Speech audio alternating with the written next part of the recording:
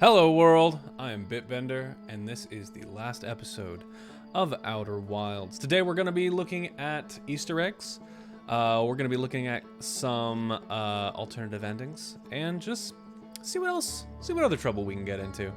I think once we knock those out, if I assume that's not going to take the whole time, we will probably discuss what's next, and maybe even get a new game started. We'll see what time allows. But I think already we have some activity in the chat. We've got Super Digger Man and we have The Harvest. How are you two doing tonight? I believe we have some hydrates in here. Let me see how many hydrates. Oh my, that is a lot of hydrates. All right, we're gonna space them out though. I'll give you 2 right now.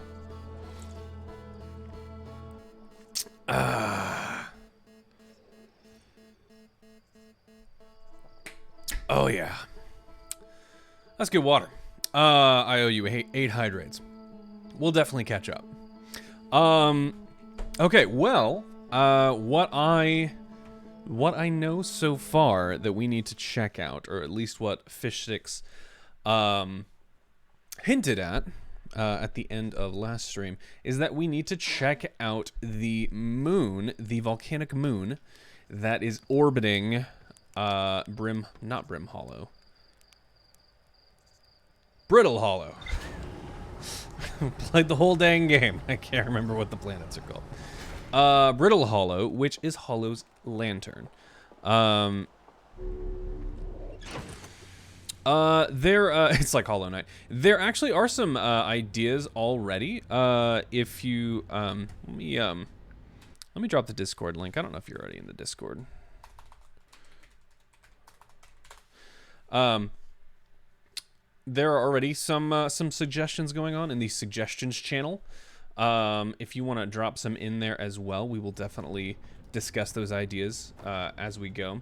But what I'm looking for personally, well, you know, at the end of the day, I think I'm mostly interested in what you guys want to see. But in terms of what I'm interested in playing, I am largely interested in playing puzzle platformers with clean graphics. So far the games that I've enjoyed the absolute most have been the Portal series, obviously, the Talos Principle, and The Witness. Although The Witness isn't really a platformer per se, but it's a 3D world you walk around and solve puzzles.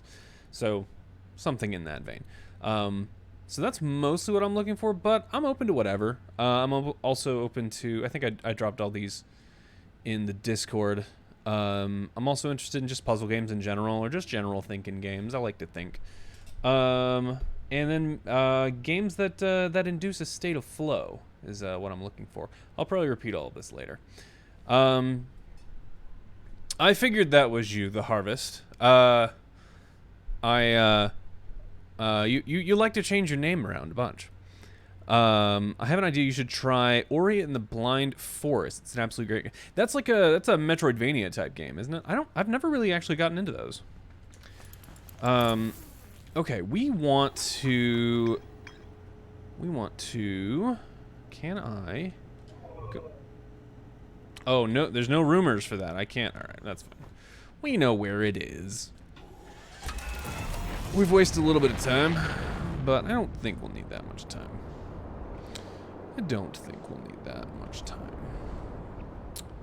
There it is. Now, how the heck do we actually land on this darn thing? That seems easier said than done, for sure. It's gonna, okay, you're just, okay, all right.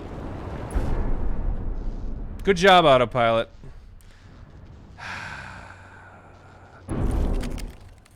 It's a good start. That's a really solid start. You know what? That's on me. I shouldn't have trusted the autopilot. Never trust the autopilot. Alright. So the question is, how do we land on this thing without dying? Or maybe that's the idea.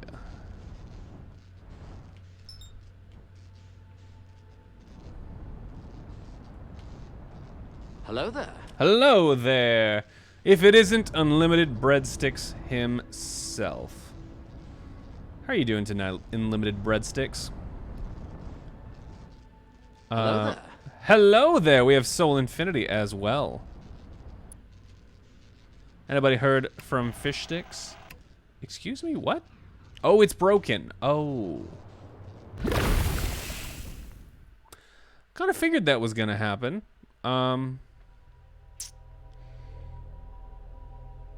If you want to land, you just have to believe. Yeah, Ori and the Blind Forest is a skill and puzzle game. Oh, okay. All right. If there's puzzle aspects to it, I might be interested. All right, so I threw myself into the lava, and that's not what I needed to do.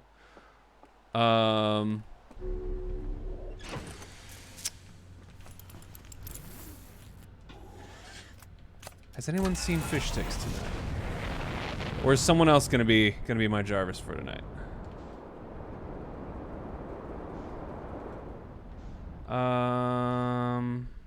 Oh, is that the quantum? No, that's just the normal moon. That's the non-quantum moon. I don't know if that was a good idea, just putting it out there. I appreciate the input. Let me get another hydrate down here. 7 more to go. Okay.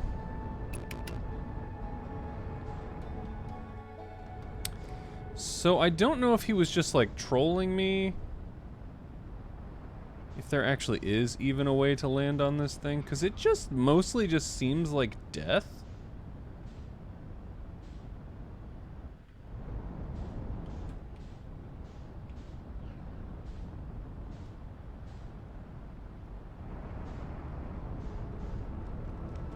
I'm not seeing a clear place to land.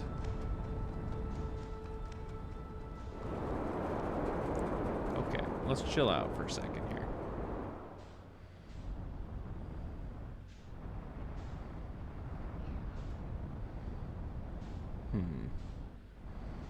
See how close I can get in without killing myself. Okay. Let's see if we can... I wish this game had a good way for you to match the rotational velocity of certain things.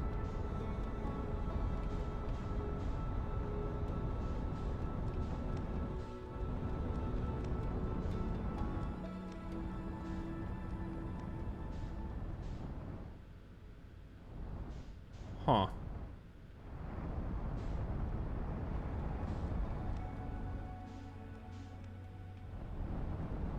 I don't know what I'm supposed to do here. Does anyone have any idea? You gotta think inside the box. I mean, I'm tempted to just like...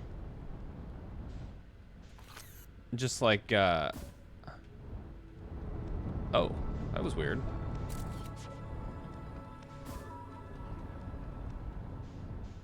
What? Oh, it's bigger than I think it is. Which is interesting. No, could you?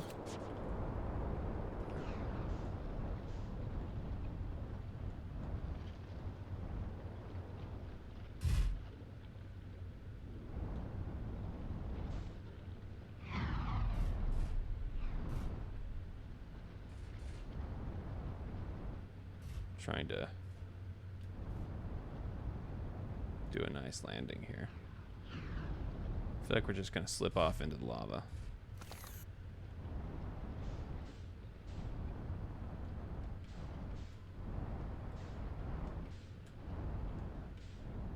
Oh.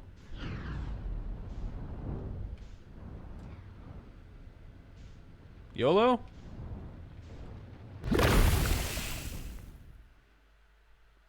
But I'm dead now. I don't like being dead. Why am I dead?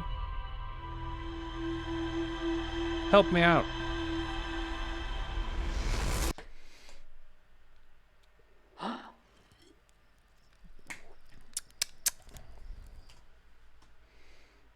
I could use a hint. Let me do something real quick. There we go. You gotta think inside the box. I don't know. I'm like looping through my capabilities, and there are not many.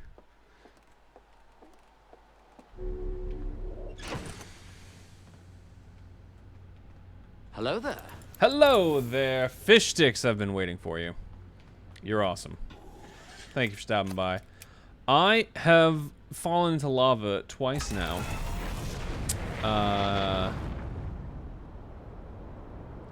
What if there wasn't just lava in the volcanoes? Oh, okay. Interesting. Okay. Okay, that's a pretty good hint. It at least gives me something to try.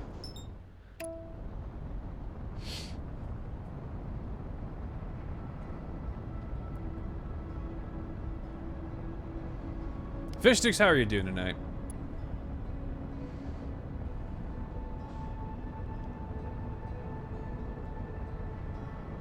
Are we gonna, okay. All right, we're doing it. All right, cool. Doing pretty good. Good to hear, oh man. Good to hear.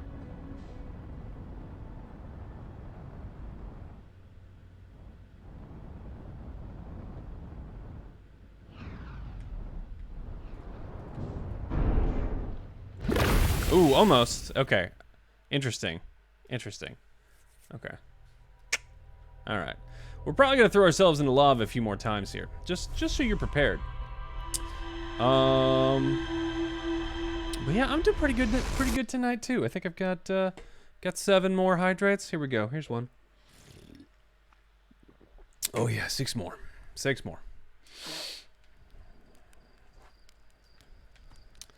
The Harvest bought 10 hydrates at the very beginning of stream. And I will respect them. I'm not... Should I bother with space pants? Yeah, just out of practice. Just out of practice.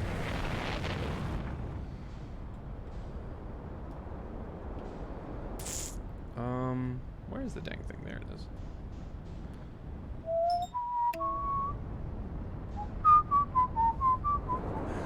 No, hey! What the... Quit that. Game, are you throwing me into the sun? Unbelievable.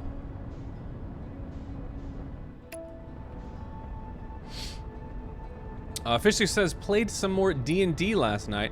Worked our way through more of Tomb of Annihilation. I want to hear more. Please tell me all that you're willing to say about Tomb of Annihilation, so that I can play vicariously through you.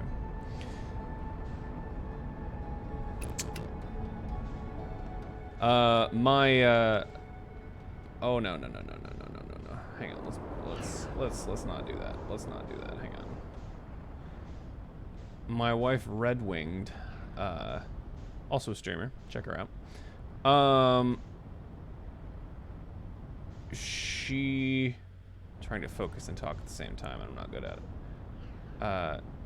She's been trying to get me to play Neverwinter Nights, the enhanced edition. The Neverwinter Nights 1, but the enhanced edition of it.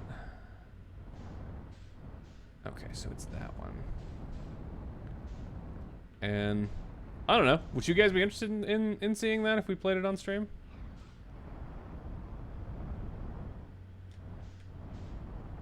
I've never played any. I've never played through. Certainly never played through any D&D games. All right, I can't. Having trouble with the maneuvering here. All right, here's how we're gonna do this.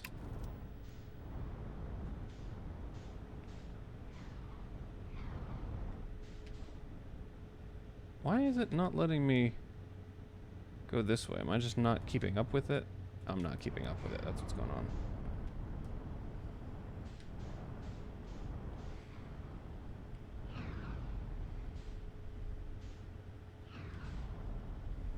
Come on. Come on.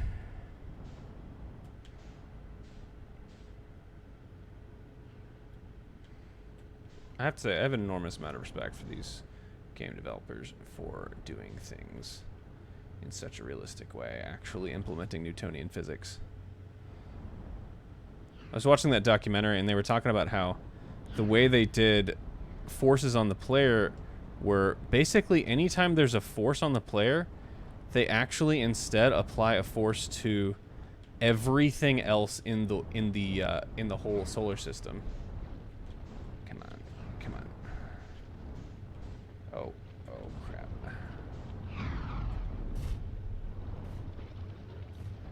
There. Is that gonna count? Is that good enough? Space pants.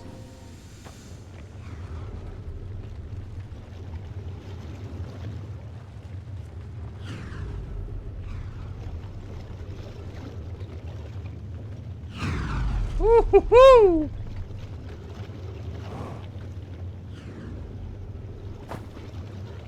Oh, this is cool.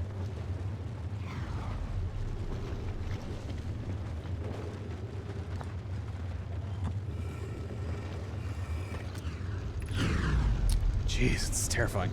Friends in the Timberhearth mines, the last type of ore you sent us survives the longest in direct heat. Can you send us more of the same for additional testing? We're attempting to improve its durability, and our forge has already burned through everything you sent. We'll deliver more ore to Hollow's Lantern immediately. You must be fired up about crafting the Ash Twin Project's protective shell. My gratitude. I imagine we'll also have an updated estimate soon of how much ore is needed to seal off the Ash Twin Project. Will it be more than we initially thought? It will be significantly more. The smallest cracker opening in the protective shell would destroy everything. Yes, the idea of an encasement that's supernova-proof, however briefly, has kindled my curiosity. That's cool. Oh, ship slug updated. All right.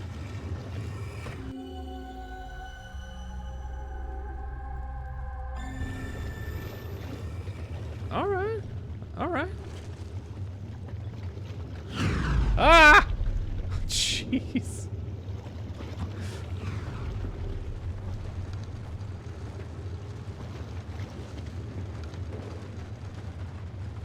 Okay, what's the best way to get back over there? Should we wait? I feel like we should wait.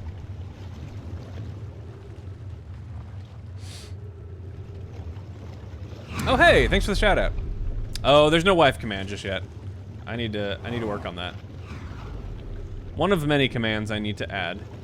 I've been thinking about making whenever there's no match for the particular command, to interpret that as a request for that command and like store it so that I can keep like a to-do list, so you can automatically submit dev requests that way.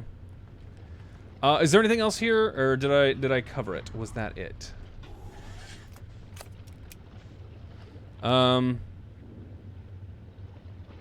Yeah, we got wife. Okay, cool.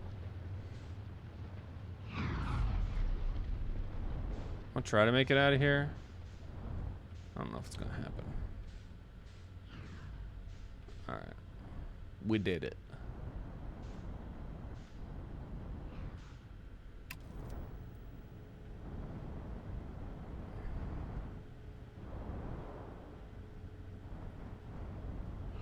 Don't see anything in that one.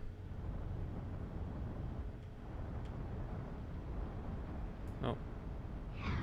Full burn, full burn. It's a good thing that doesn't hurt me. At least seemingly.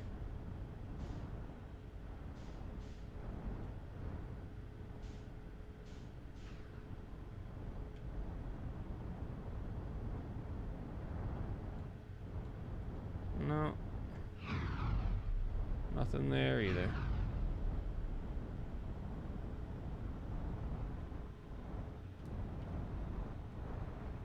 Nope, all good. Okay.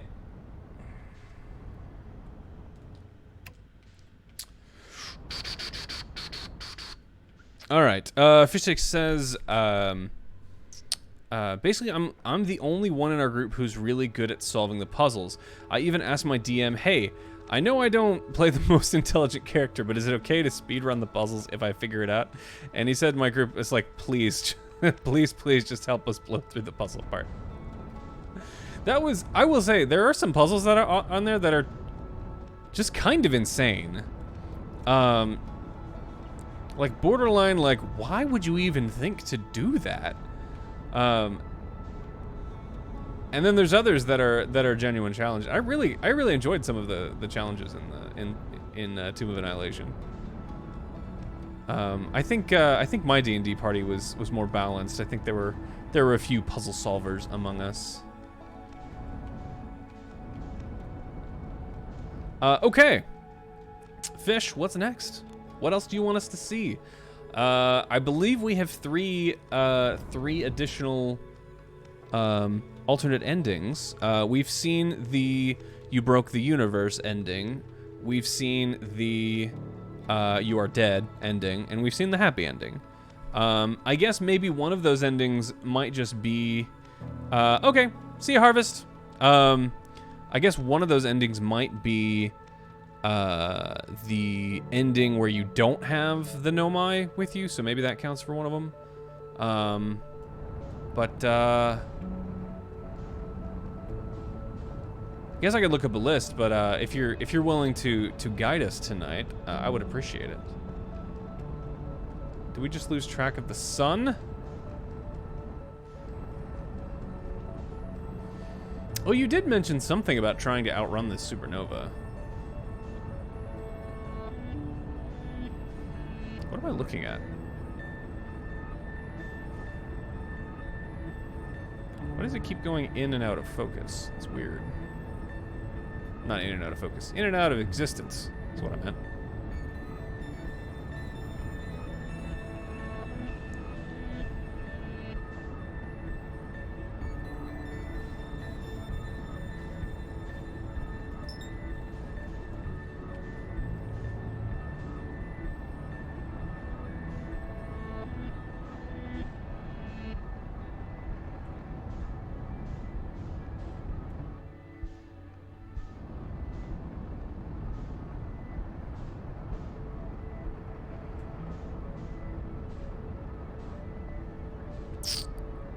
Fish sticks, are you out there? I'll just can pull up a list. Outer Wilds. Oh, he's ready. Never mind. Tourist destinations that you can explore. Have you ever seen what happens inside the ATP? The ATP. When the sun goes supernova. Can you outrun the supernova? After you move the core... Oh, the Ashwin Project. Yeah. Have you ever seen what happens in... No, I don't think I have. Can you outrun the supernova after you remove the core of the ATP? Time seems pretty wonky on the quantum moon. What happens if you're there at the end of time? I like it. I like the way you think.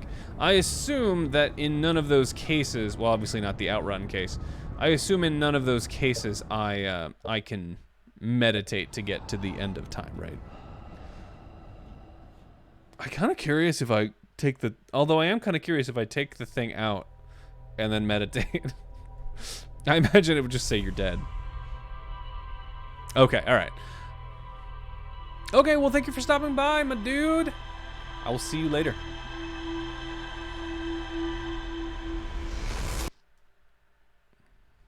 You too. I'll see ya. Oh yeah. Okay.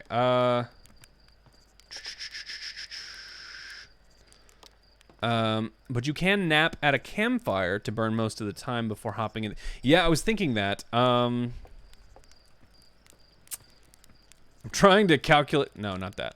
I'm trying to calculate how much time I need. Let's let's binary search this thing and just let's burn away 11 minutes and see if I can get it done with whatever time's left.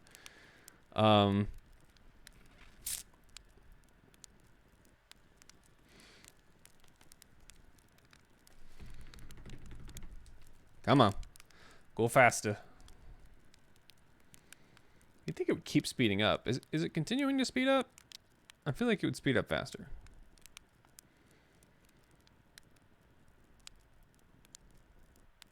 It's a lot of time to wait.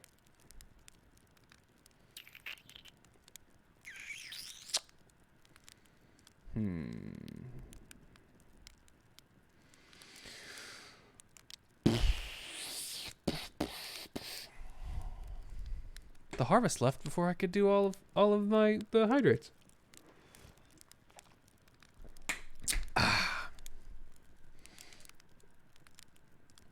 This is really testing my patience.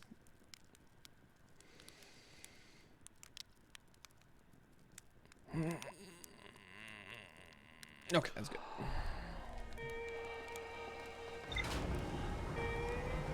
Get a faster computer. Yeah, that's what the problem is. That's how it works.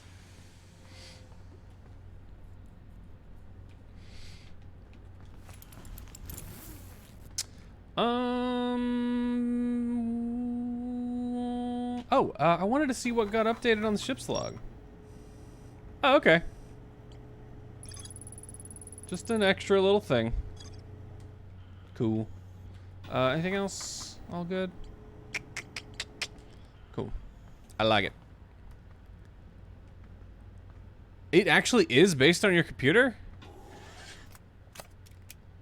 I missed that part, I guess.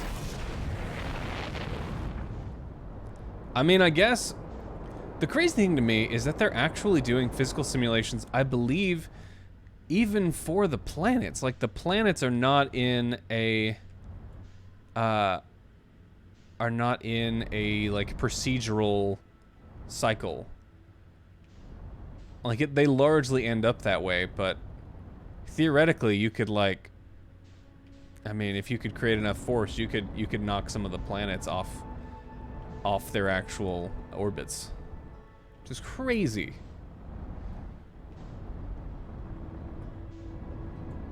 But, I mean, the dedication's worth it. Alright, what are we doing? We're going to Ash Twin.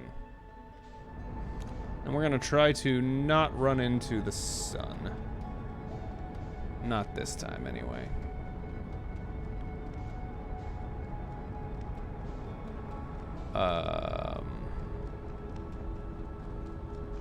Hello? Where are the frickin' twins? There.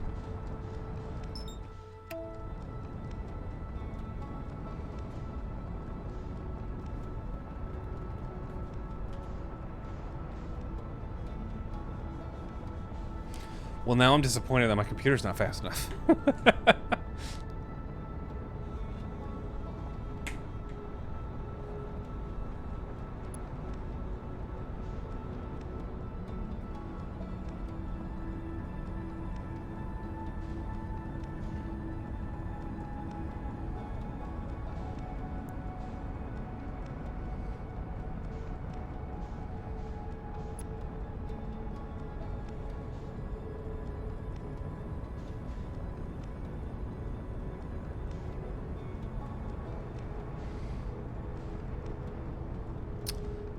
Oh, I didn't finish explaining.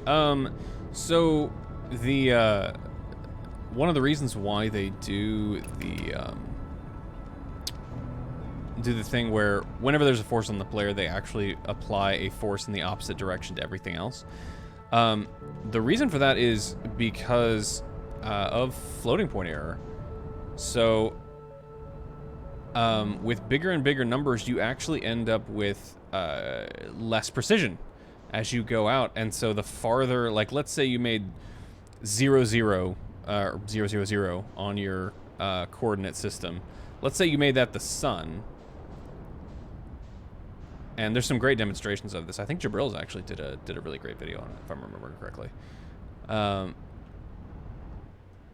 Where you actually start to lose resolution as things go farther out. And so what they actually do is 0, 0, 0 in terms of the coordinate system is always where the player is. Okay, well, you know what? It's fine. Can we get out? We can. And we remembered our space pants. This is the one we need. We'll be waiting a little while, because we just missed it.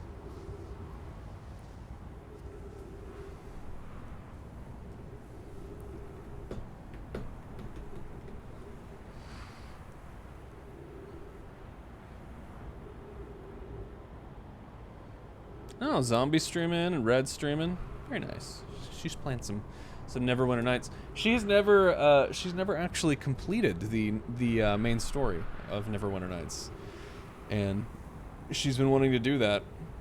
I think she's mostly been playing with her brother or solo, but she's been trying to get me involved, and I'm thinking about giving in. I'm thinking about doing it.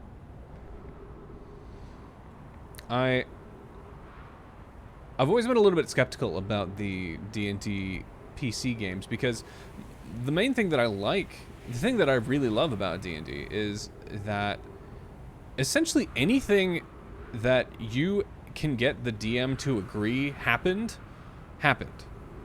You know, you're not limited to a strict set of you know, conversation replies. You're not limited by really even the game mechanics. If you say, hey, I want to do something, and there's not a game rule for that, DM's are like, all right, well, give me a roll, and it's, you know, they make up some difficulty for it. And that's what I really, really like about D&D. So I'm a little bit skeptical about trying to transfer that into a system that is more fixed. So we'll see. All right, here it comes.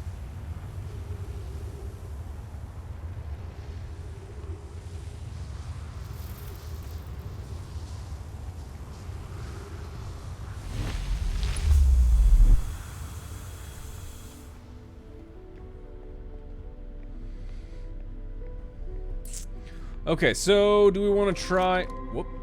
do we want to try... you know what? Here's something that I never quite understood. Never really got explained. There are 3 masks. But we only know of 2 of the people who are experiencing the loop.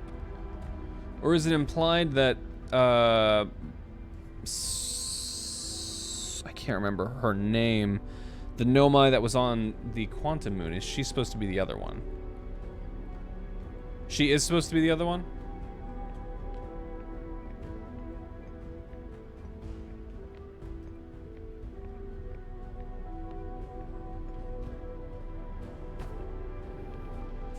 Whoops. Okay, so yeah, if this area is supposed to be supernova proof, then ideally we would actually just be fine in here, right? Although we haven't actually seen what happens. It's interesting that this one's fallen. I don't know if that is meaningful.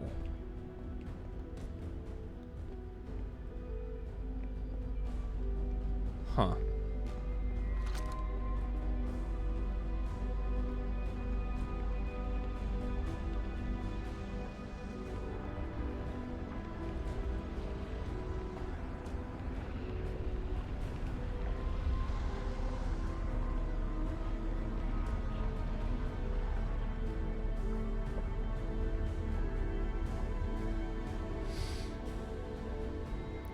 I would interact with anything that shows up at the end of time. Anything that shows up at the end of time. Interact with anything that shows up at the end of time.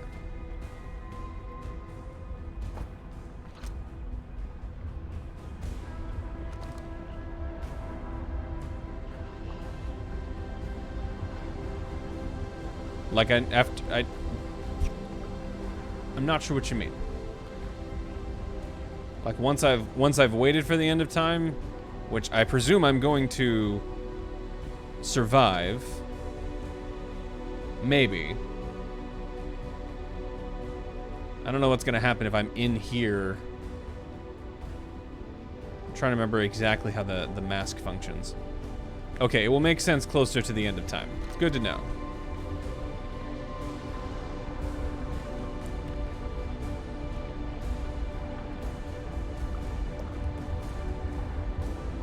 I guess while we're waiting, Fish Sticks, if you want to tell us more about your most recent D&D session into the Tomb of Annihilation. Oh, there we go. We're 2 minutes out.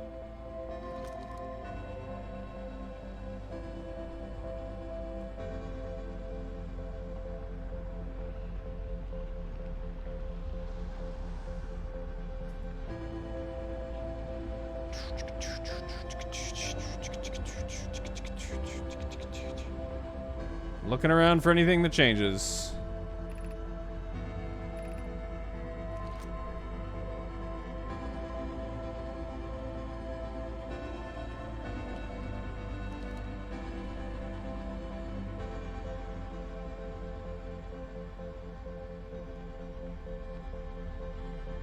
I assume it's all going to be in this masks area.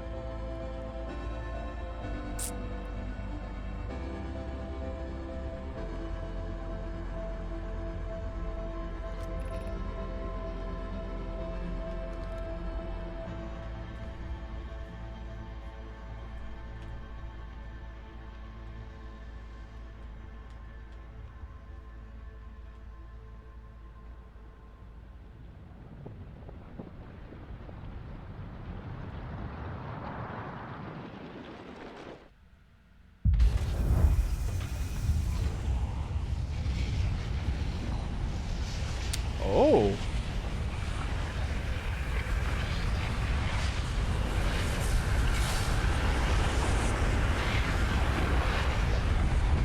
I'm gonna try. I don't know how much time I have, but I'm gonna go try to turn off gravity here.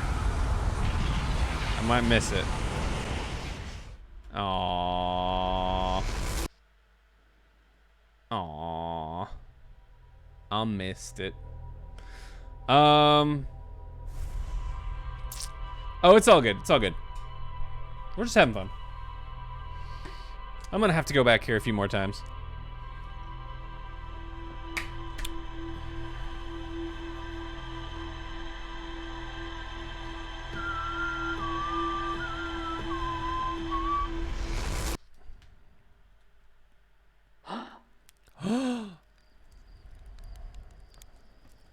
I really want the probe to shoot me at some point. Oh, right. I was gonna campfire. Campfire. Now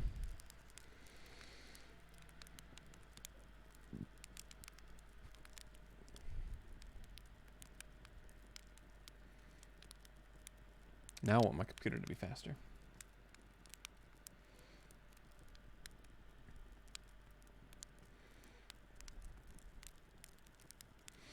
So pretty much as soon as I hear the music, I need to, as soon as I hear the music, I need to probably turn the gravity off. And then is the singularity the only thing in there, or is there something else that I might see? Just don't want to miss anything.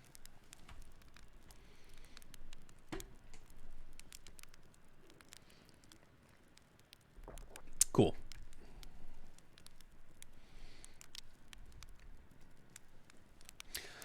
I appreciate you guiding me all of these. These are things that I would like months from now. I would think back to this game and go, wait, what would happen if? Not things that I can just like iterate through all of the different combinations and think of. Maybe trying to outrun it. I probably should have just tried to do that at some point.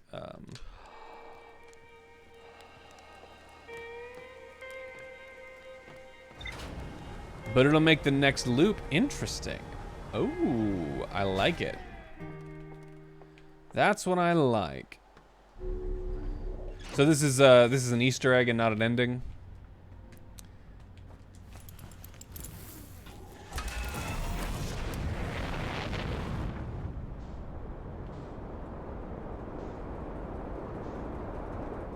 Oh, you can make a choice in the next loop that will create the new ending.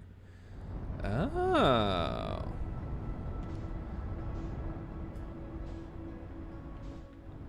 Alright, well, if I'm being dense, don't let me miss anything.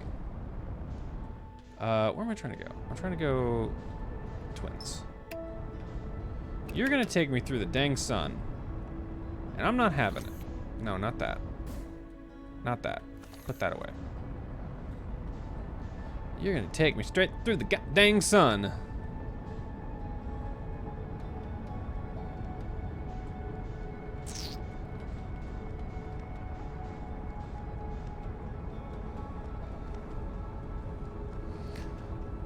I love the fact that the developers basically couldn't figure out how to make the autopilot any better, and then they just built it into the lore. It's like, oh yeah, you know, we're still figuring that out. Which I think is genius. Alright, we actually want Ash Twin. Of course I'm flying past it. Oh, come on, Bit.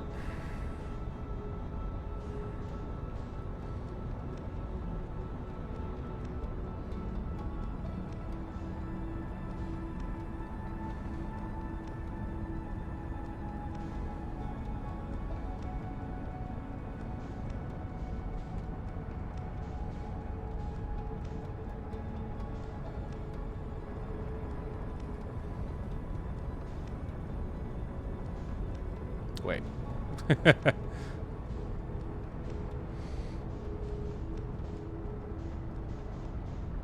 Oh, don't. Could we not?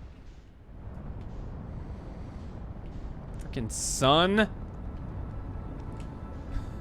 having a hard time, guys.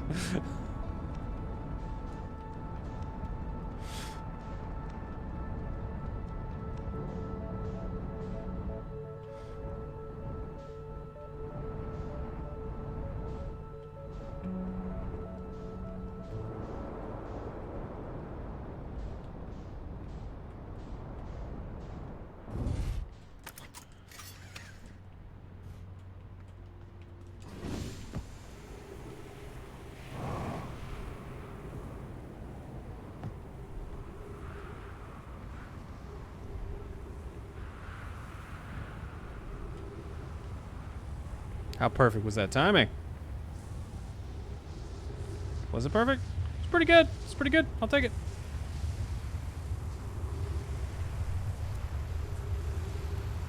I mean...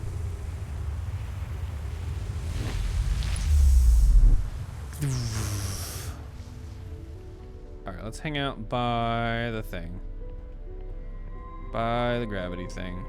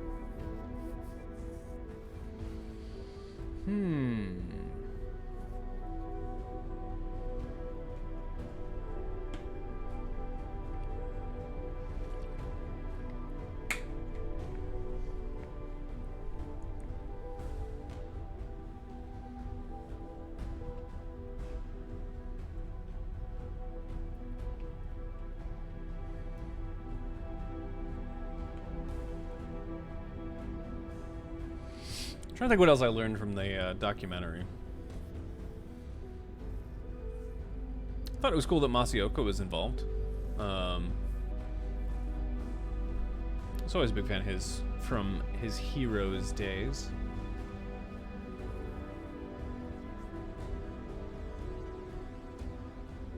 Does anyone remember Heroes? I loved Heroes, at least season 1. Then the writer's strike pretty much killed season 2.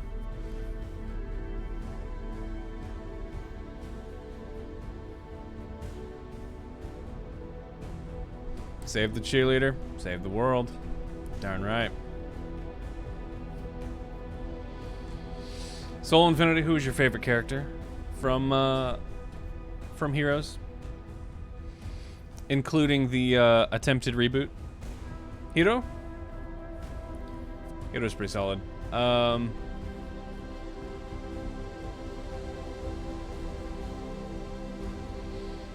think by the end I ended up liking. I think by the end I ended up liking Sylar. I can't remember how it all ended up playing out.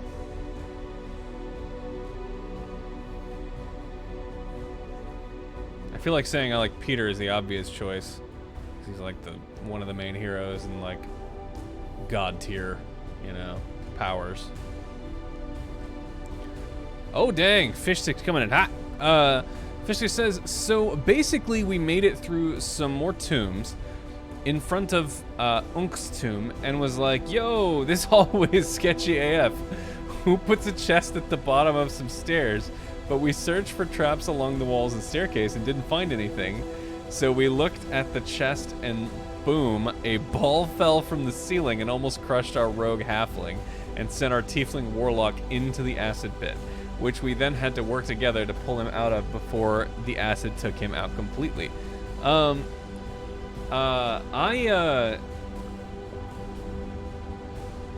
don't know if I actually made it that far.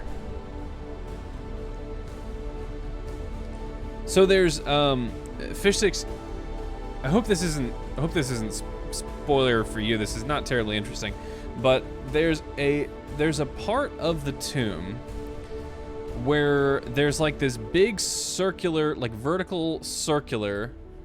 There's like a big circular path, and you can like walk all the way up. It's like basically like a half pipe, or maybe it ends up being a full pipe. But music's not playing. What am I hearing? That's just this machine working? Let's power it down so I'm not confused. Yeah, exactly like this room. If only I had a very clear visual example of exactly what I'm trying to describe. Anyway, yeah, it's very similar to this. There's a part of the tomb. It's only like, 5 feet wide though. So not exactly like this, but similar. And that is one of the last things we saw in our last session. No, come back here. Oh, I don't even need to move this. This is to open it up.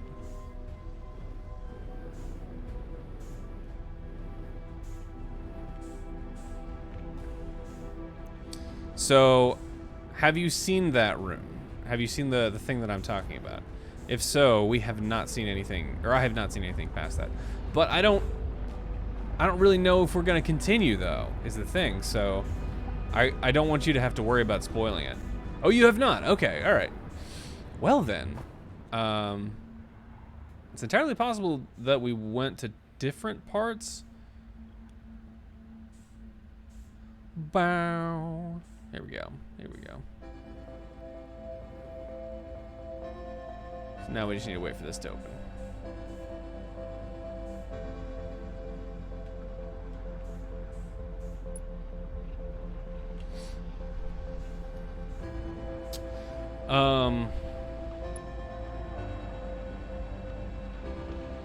Interesting.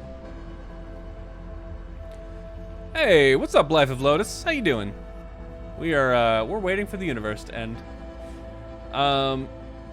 Fishstick says we kind of jumped down towards the lower floor as we tried to weigh the cost of completely exploring the tomb versus trying to get through it. Okay. Maybe we went different ways. Maybe we went different ways. I'm not sure.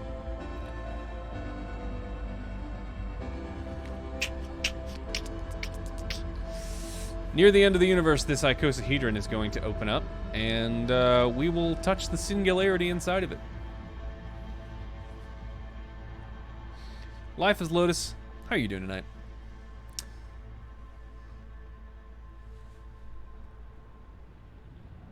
Oh, here we go. Here we go.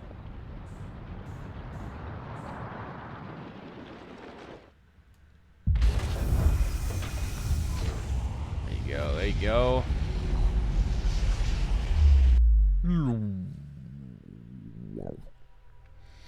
All right, fish, don't let me make the wrong mistake here.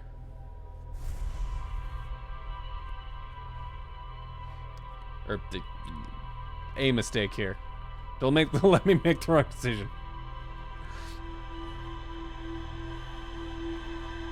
I'm doing good, doing good. Glad to hear you're doing well. We are, as the title says, we are looking for Easter eggs and hidden endings.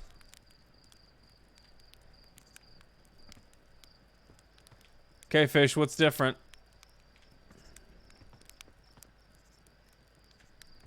I didn't see anything different.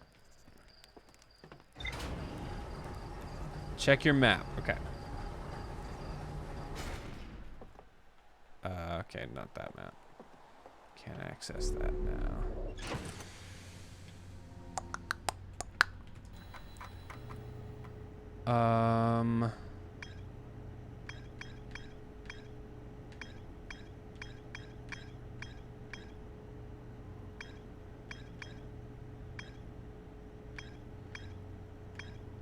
The other map. Oh, that map. I might have to have my space pants on for that. I do.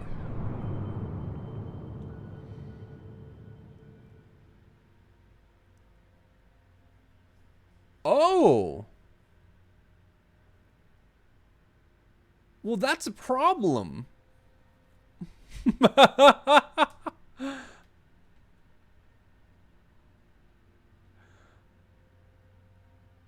I love it. Apparently, I'm there too. So, I guess it's time to go meet myself, yes?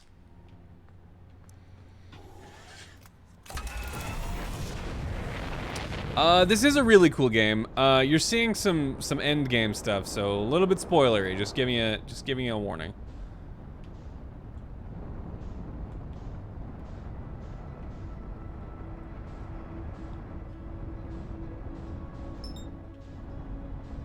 Oh shoot, I forgot to. That's all right. We can just wait. We don't have to wait till the end of the universe this time, probably. I suspect. I've always wanted to meet myself. Yes.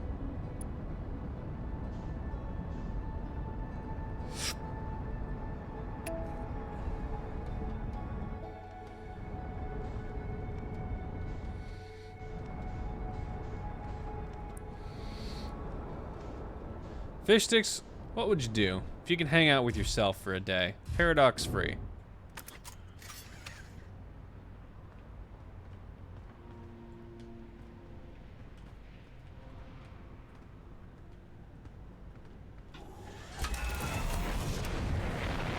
Do you think you get along with your clone? I don't know if I would get along with a clone of myself. I feel like yes.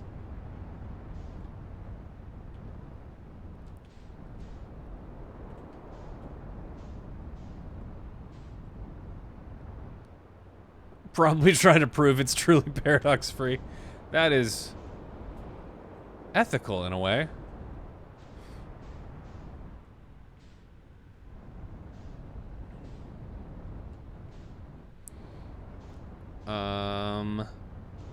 Okay. I know it's close by to this. Can never remember which side it's on. That's not what we want. That's not what we want.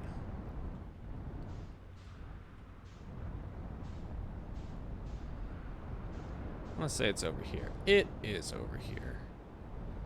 Huzzah.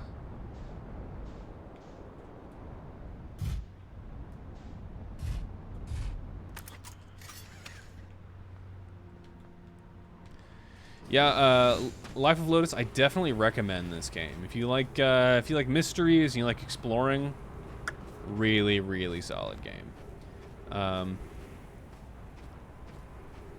The developers actually took the time to make sure that the physics, the actual like the way the planets move around and stuff is actually like very, very realistic.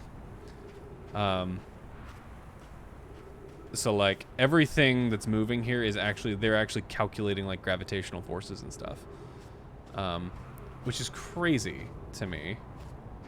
But it was worth it. The end result is really, really cool.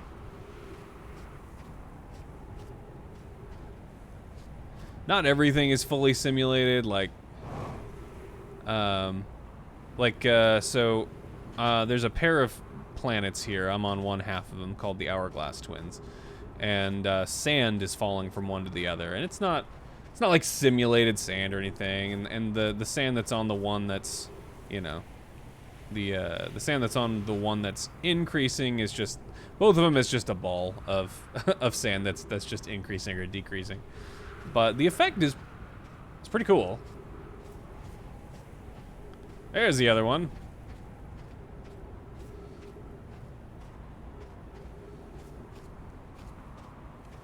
Hello.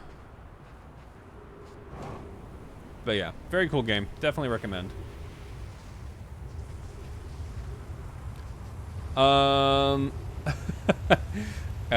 And do I know it's just me? I would spend a lot of time trying to figure out if it's really... Okay, all right. Assuming you knew exactly why it's happening, and you don't have to spend any time worrying about the circumstances. I understand why you would, but assuming you don't need to worry about the circumstances, it's never gonna happen again, you know. It's a once in a lifetime thing. What would you spend the day with your clone? Also, have you guys seen Invincible? And there's a pair of villains that clone each other, and whenever one of them dies, the one that remains clones a new one in such a way that they're never sure which one is the original, and they bicker about it constantly, which seems kind of pointless, but it makes for good comedy.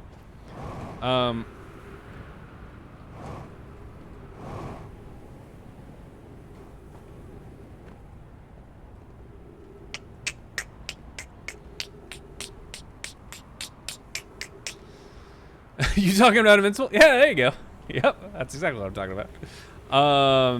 I think the most benefit I would get out of it is that I could know what I look like to others. That's kind of a big deal, yeah.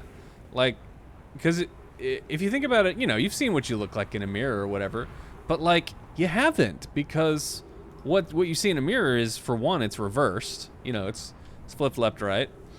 But also you pretty much always see yourself from, you know, the side that your eyes are on. I think it would be a strangely novel experience to stare at the back of one's own head. It can be done with mirrors and such, but I think for it to be, like, real, I think would be a very fascinating experience.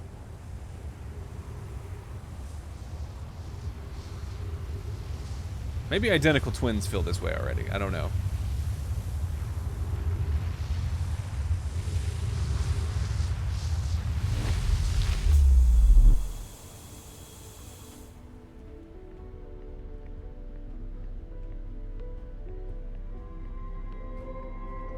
Oh, hi.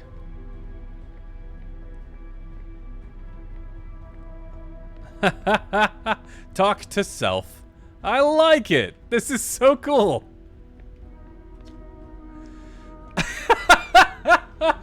Ah! What have we done? Jumping into that black hole was a terrible idea. Just keep screaming.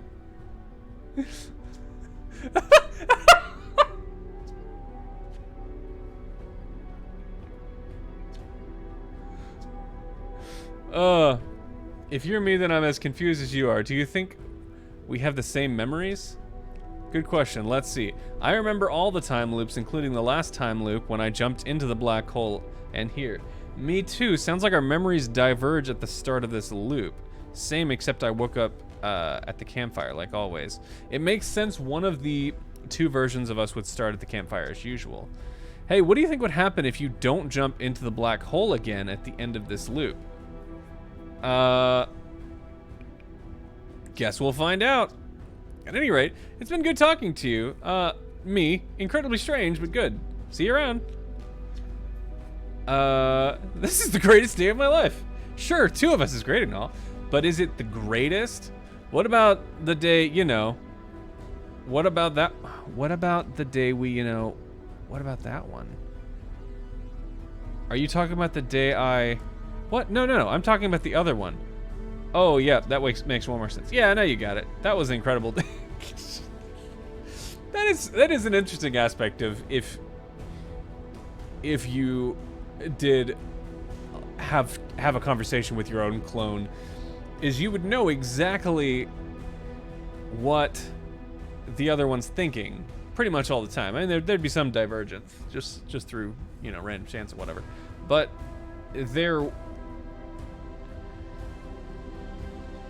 I just don't know if that'd be annoying, because you guys know me. I like to talk. I like to monologue, and it might be frustrating to me for whichever one is getting to talk, the other one is not getting to talk.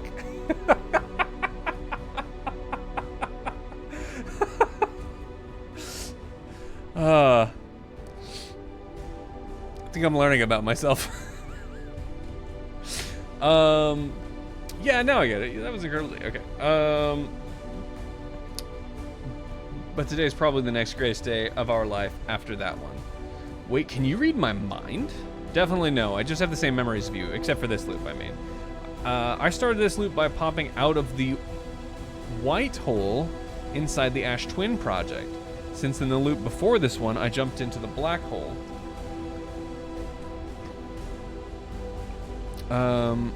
If I don't, then where did you come? That's a good point. I mean, I feel as real as ever, so I don't think I'm a figment of your imagination or anything like that. That's just what a figment of my imagination would say. Are you being sassy? You can't sass me. You are me. It does kind of prove we're the same person, though. At any rate, it's been good talking to you, me. Incredibly strange, but good. See you around. This is what I'm actually most if I were in this scenario, this is probably what I'd be most likely to say. It's just, this got weird in a hurry.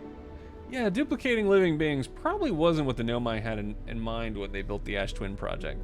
I wonder if they send the same memories. I wonder if there being 2 of us screws anything up.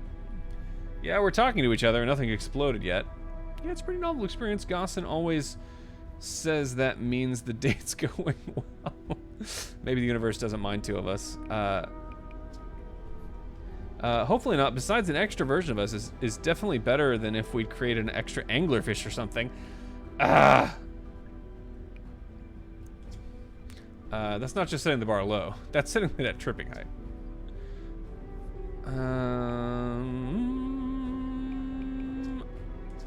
Maybe I already said that one. I can't remember.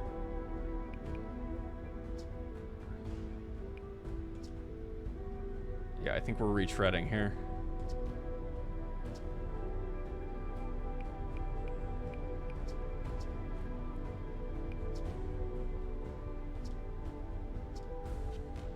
Huh.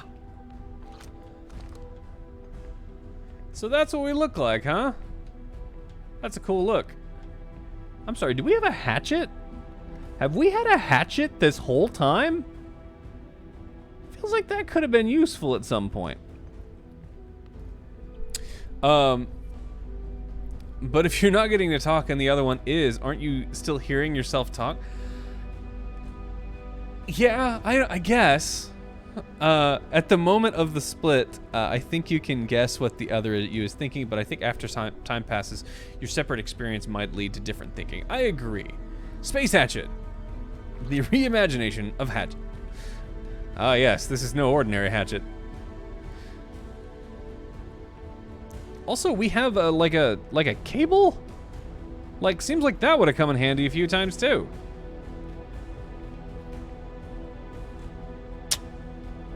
We had tools that we did not know were at our disposal. I couldn't think of the word disposal. Ah, we've been walking around with a white flag this whole time. That explains it. Okay, well, So at this point, Fish Sticks, what is the right thing to do? Should I enter the black hole again or not? Are both interesting outcomes? What's the most interesting outcome? I would assume the more interesting outcome is if we don't.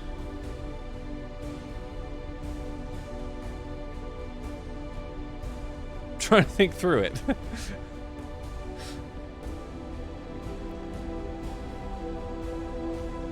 Don't is the right choice. Okay. So just hang out here until the end of time. I can do that. Do nothing. I am good at that. Is there anything else to say? I like the screaming option. The screaming option's the best.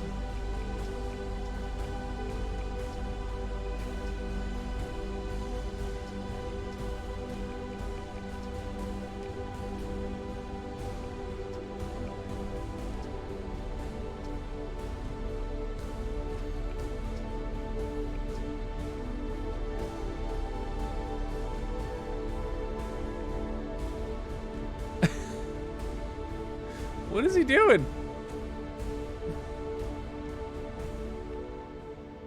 I've got him spooked. Got him straight spooked.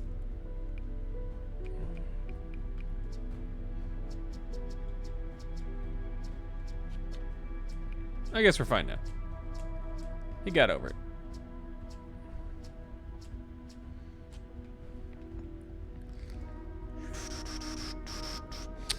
Also in the doc, how do you also in the doc? Oh, in the documentary. How did you feel about how the game looked before they picked up some art people?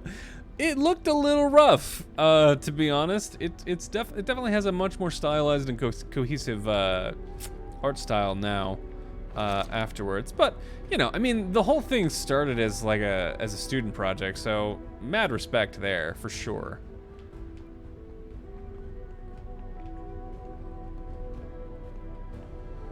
I will say the art before they got an art person was better than anything I can do, so.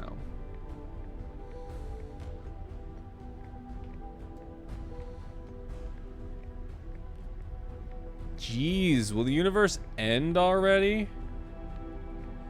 Ugh.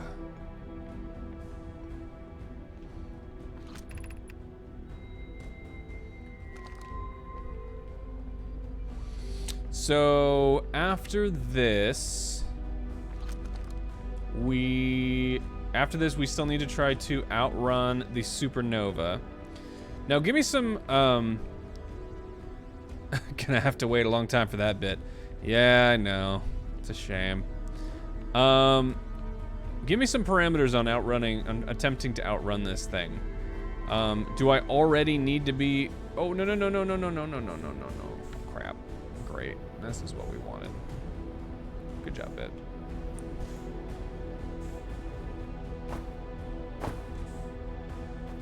Guess it doesn't really matter if I'm tumbling. Okay, this is really hard to look at.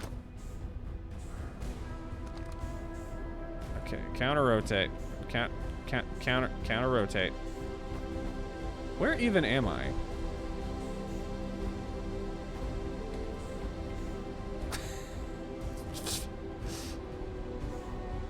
Okay. God, it's so hard to get bearings. Stop. Stop. Stop. Stop.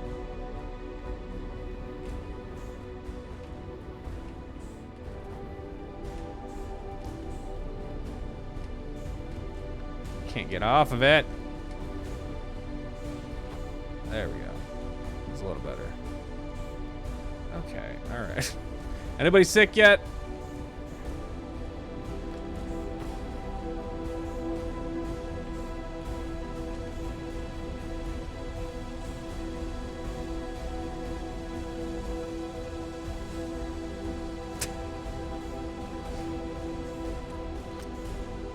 Okay.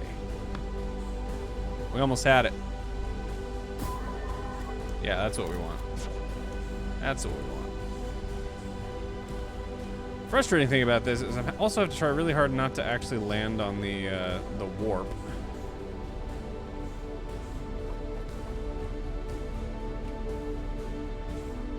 Hey, at least we're not spinning anymore.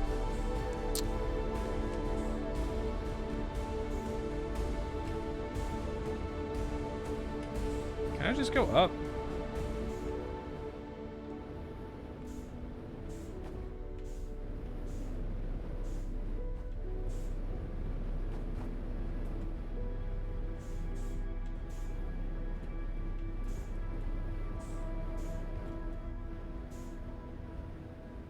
Okay. Okay. Oh, you know what? You know what I want to do?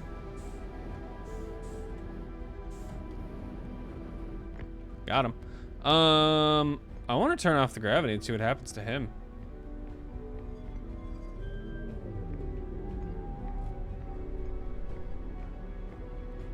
Oh, you're just cool with this?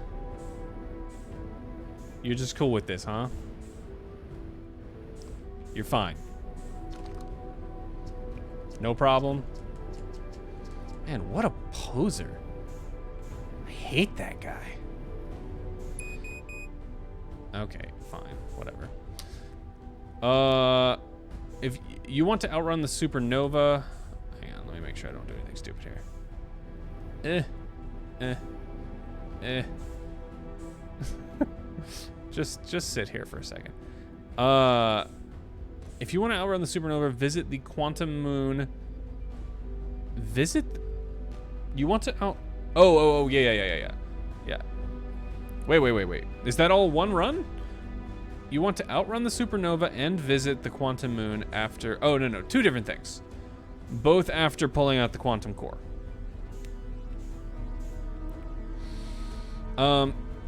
Okay, give me parameters on outrunning the supernova.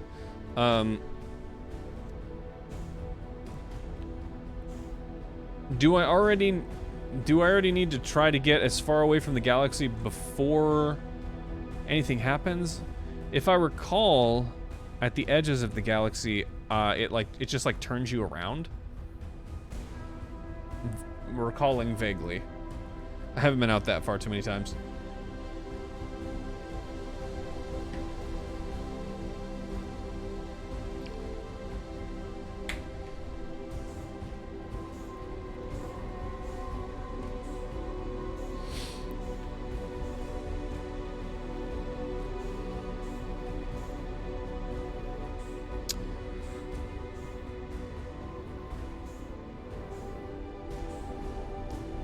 So, the Nomai that was on the quantum moon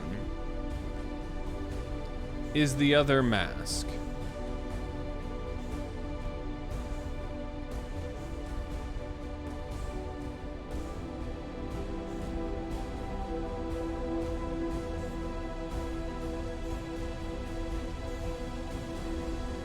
That doesn't make a whole lot of sense to me. It seems like her experience is very different than ours. And I don't remember her talking about going in loops.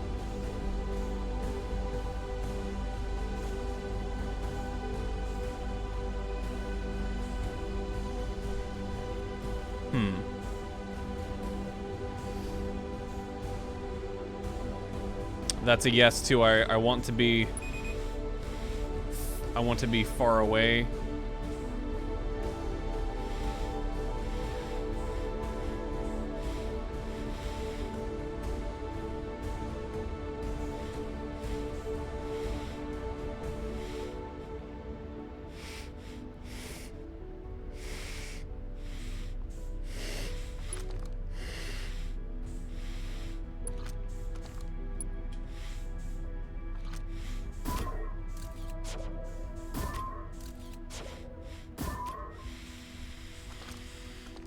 Hey, how come my scout isn't popping up? Why doesn't he have a scout?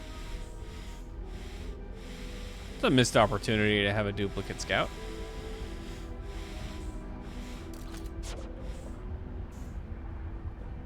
Oh, here we go. I think I hear things happening.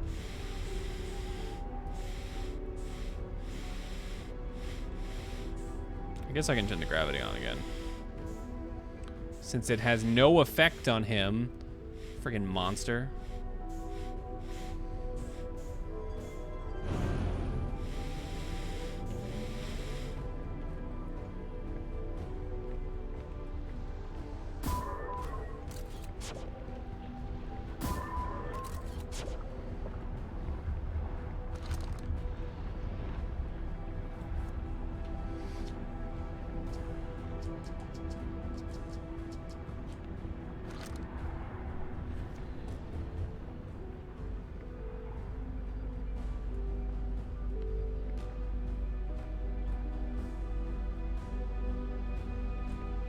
We doing this?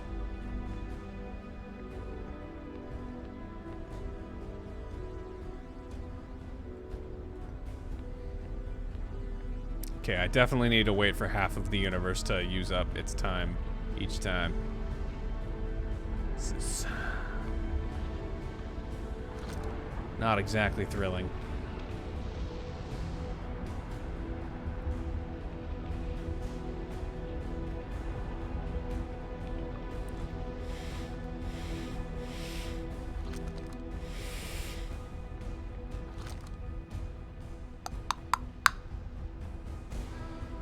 Oh, come on, universe.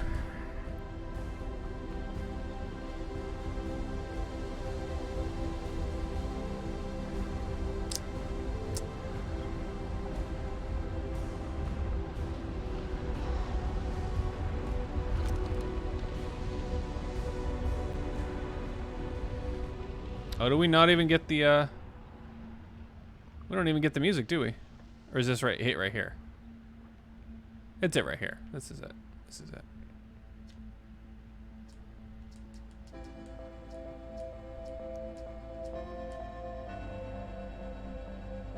Do I need to check back in with him? Do any of his speech lines change?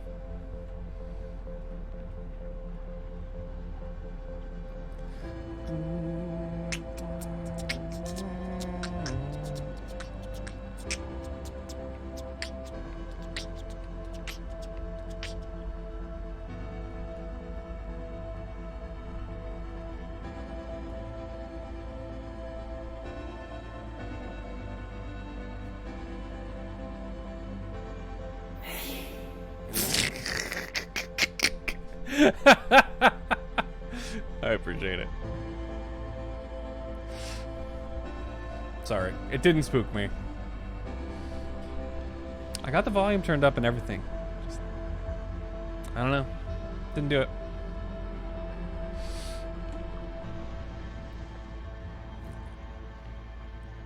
Thank you for the 100 bits, though.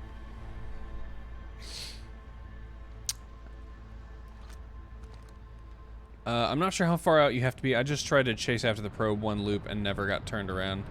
Oh, really? Okay.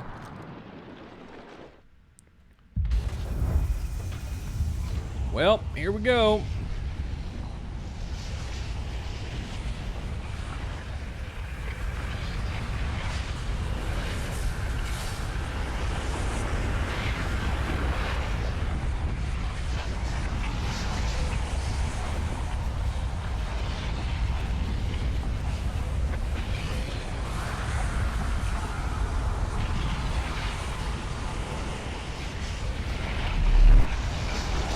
Oh, there we go.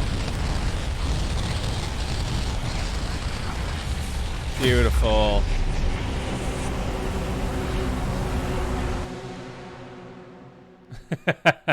Oh, we did it again. All right. The very fabric of space-time. Oh, I didn't read some of those. There was stuff in there. All right, next. Next, we're gonna try to do the outrun. I noticed too late that the credits were different. I'm sad now. I'll have to go watch a video and see what they are. Oh.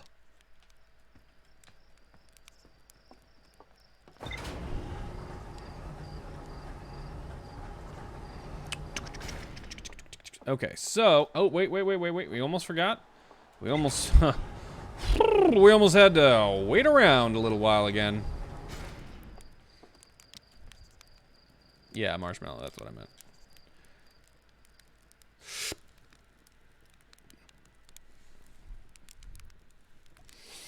Guys, I appreciate you hanging out. I know a lot of this is, it's just waiting around, but I appreciate you being here. I guess while we're doing some of the waiting, we can talk about what the next game's gonna be. Do you guys have any strong opinions out there?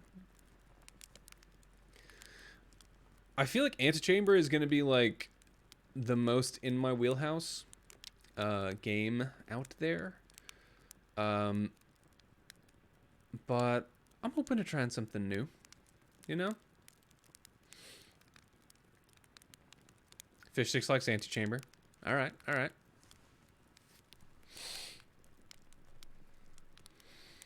Any other strong opinions from Breadsticks or Soul Infinity?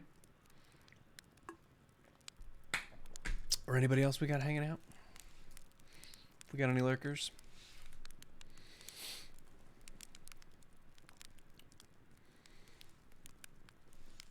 All right, we'll call that good. Happy music. Happy music. I take Fish Stick's opinion as gospel. That's not a... You could go... Oh, wait. You could do worse. What's the expression I'm trying to think of? You can't go wrong there? However words work. Okay, so now we need to hit up Ash Twin again. We're gonna steal the core. And... where's the sun? Oh, there it is. Amazingly easy to lose the sun.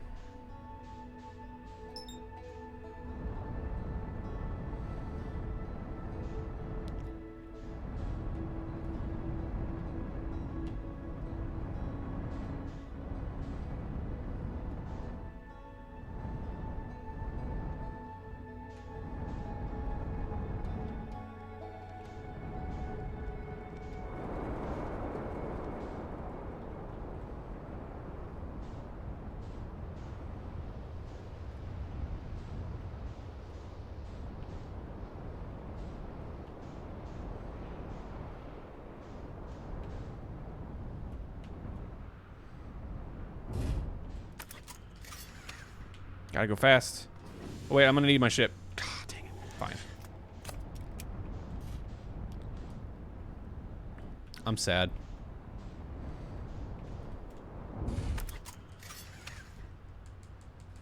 I still might be too close. We'll find out.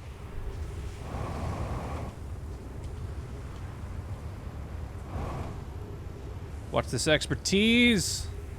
Not that one. It's not that one. Ho ho! Ho ho! Got him!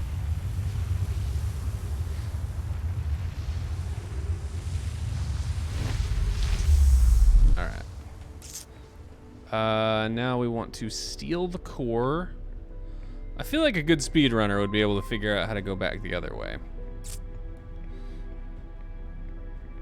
Oh, the third mask isn't paired with Solenoid. It's paired to the probe tracking module to keep track of if the module is found or not. That makes sense. That makes sense. Gotcha. Okay. My brain can rest easy now.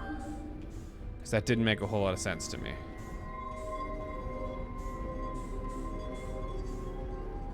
Dang it.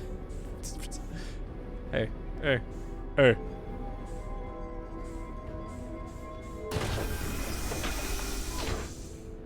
And then we steals it. And then we steals it. Hey, and then we steals it. I said... Thank you. Yeah, that's close enough. Alright, ship, where are you?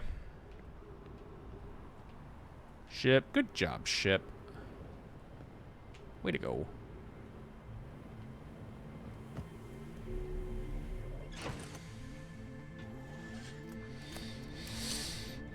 All right. Set a course for somewhere else. I guess we'll go... Oh, I forget the time keeps going.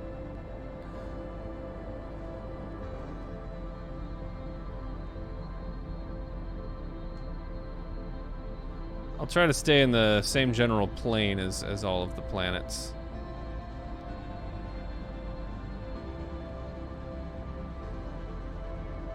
Why are we not full speed ahead? There we go.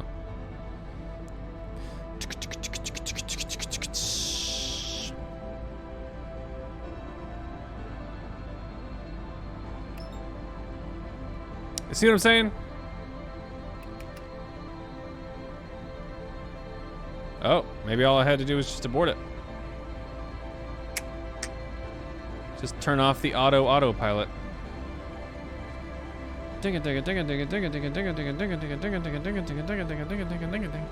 How we doing? Great. Love it. Bye!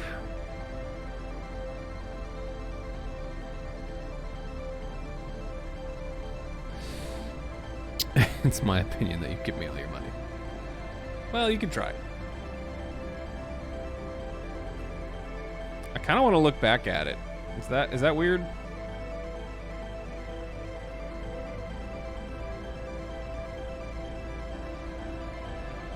I feel like the view's better this way.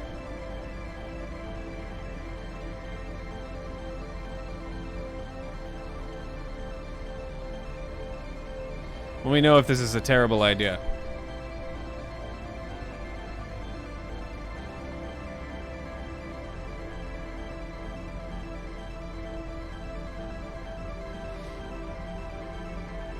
Oh.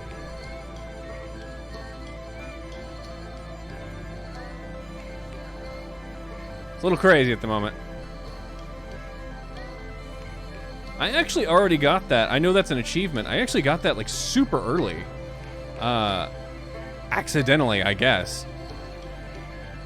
I looked and it was like the only achievement I had unlocked after the first or second session.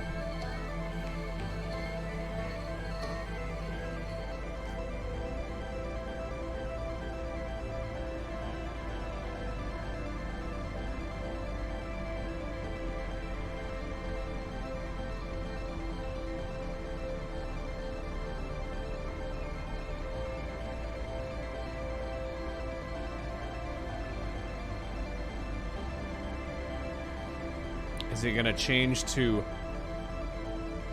megameters here? I want to see it. I want to see it say. Well, it says 7,000 meters per second instead of 7 kilometers per second, so probably not.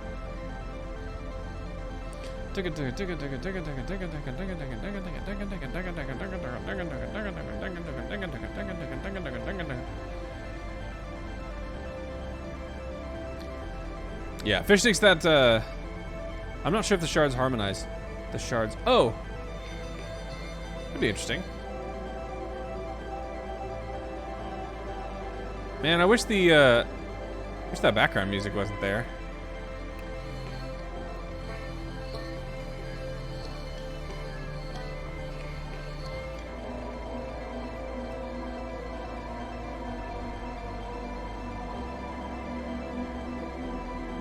Yeah, I just went to 1,000 kilometers.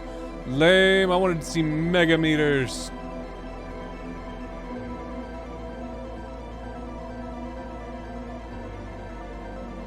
How many megameters is a light year? That's a lot of meters. That's like all the meters.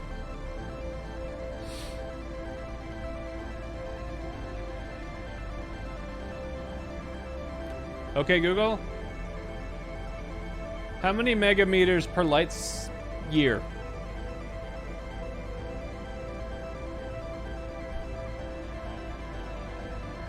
A lot.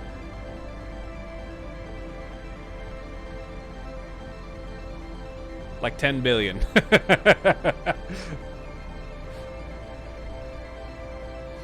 Light's fast. Light is fast. About 3. to turn this down a little bit. It's kind of a lot.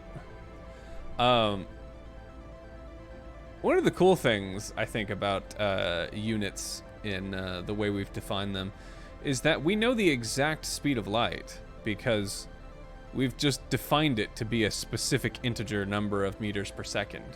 And you might think, well, wait a minute, what if it's not that? But it is. We've defined it to be because we've defined the second, I think, based on the hertz.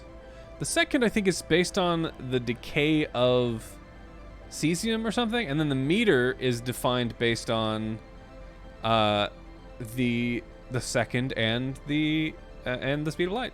So it's all exact, and if we get like better measurements of those things, then it corrects all of the other units. It's kind of cool.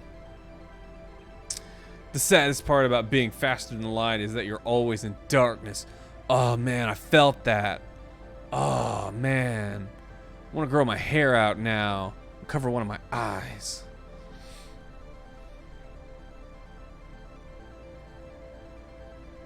Any emo kids out there? Either current or recovering? Can you see me?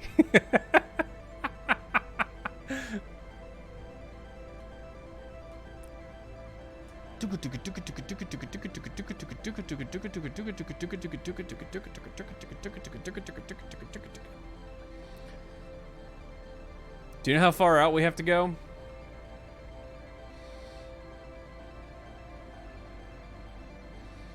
We are getting faster and faster.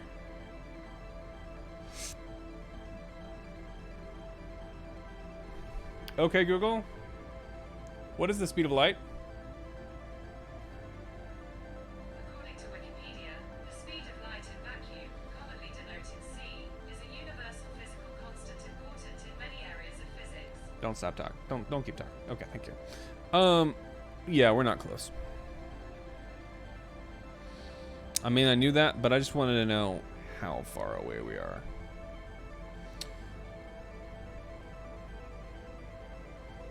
Light's fast. I think you should be good, but why not try to go even faster? I mean, it's kind of funny to go faster. Theoretically, actually, there is a limited amount of time we can... Oh. There is a limited amount of time that we can actually, like, burn fuel. Oh. Is it gone? Did we win? I think we might have won.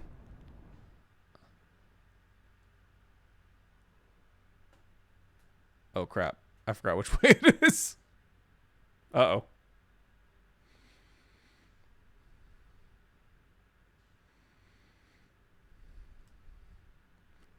Well, this was ill-advised. It's that way. Well, I'm just gonna hope that we're far enough away, because I think it's this way. I'm not sure. Are we cool now?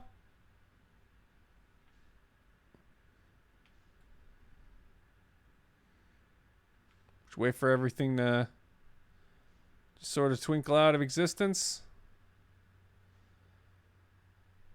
Yeah. Space is freaky, man.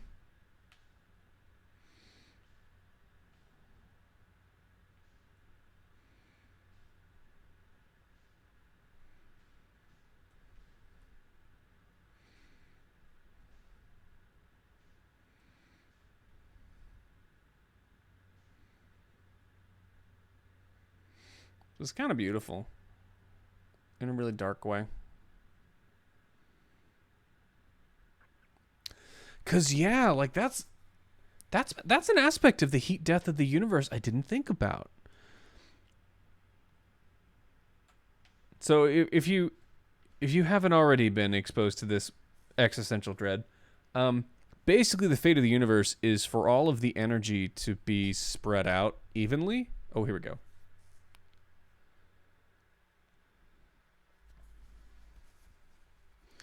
Now beyond the reach of the supernova, you drift through space until your ship's resources are finally depleted.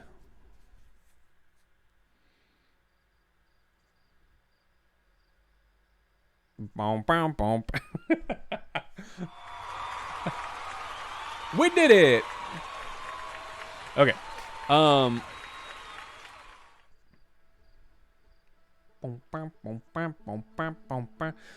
was I gonna say? Yeah, heat death of the universe. Basically, the end of the universe is basically when all of the energy is all spread out.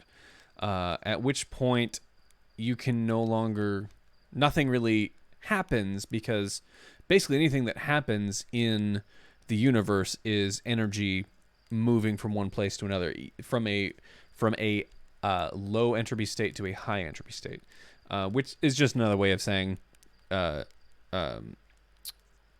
either order to disorder, or concentrated energy in one place, not concentrated energy in others, to where things are spread out.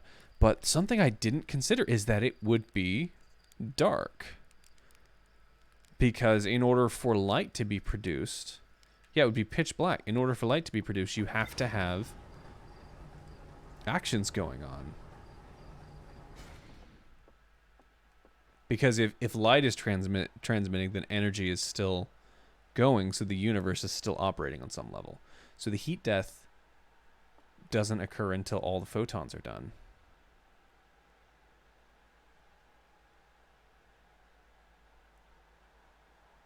Well, let's go back to the campfire.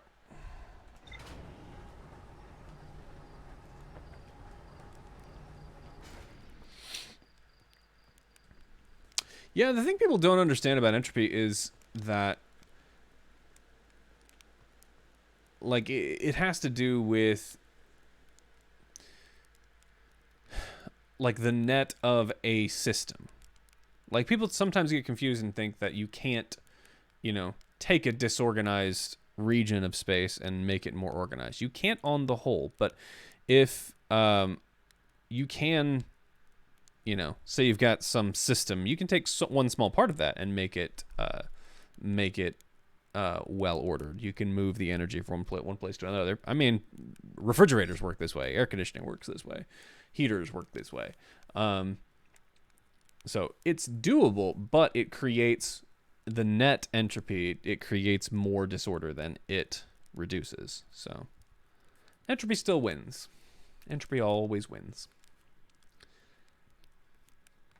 Do living things speed up entropy decay? I don't know if we speed it up. I don't know if we are... I'll tell you what, human beings... Well, in the grand scale of the universe, I don't think human beings really make a big difference. Like in terms of energy being burned up or used up. I don't think we're making a big deal. No, I would say in general we're a drop in the bucket. We and all other living things.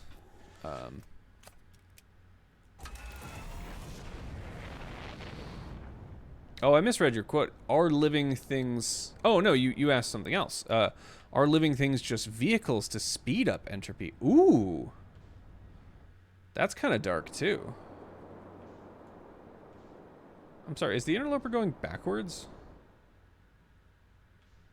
That's weird. Okay, we need to go to Ash Twin again. We love Ash Twin. Okay, so the last thing on our list, I believe, is to go to Ash Twin. Where's the goddamn sun? There it is. Is to go to Ash Twin, grab the thing. You know the thing. And go to the Quantum Moon. Fishstick says, oh yeah, back to D&D. I interacted with the puzzle in Unk's tomb and cause 10 Minotaur skeletons to come out of hidden walls in the room and surround 2 of us. Hang on, let me mark this.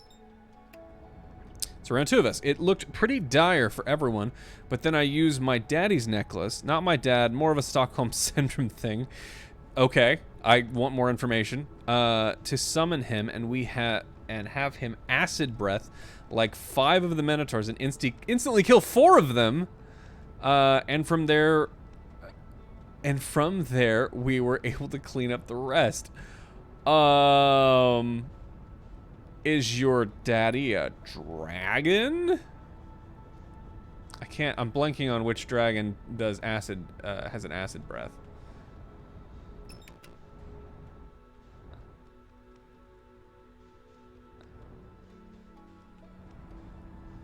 I guess there's more than one if it's a good or bad dragon. Might not even be a dragon at all. I might be making that up.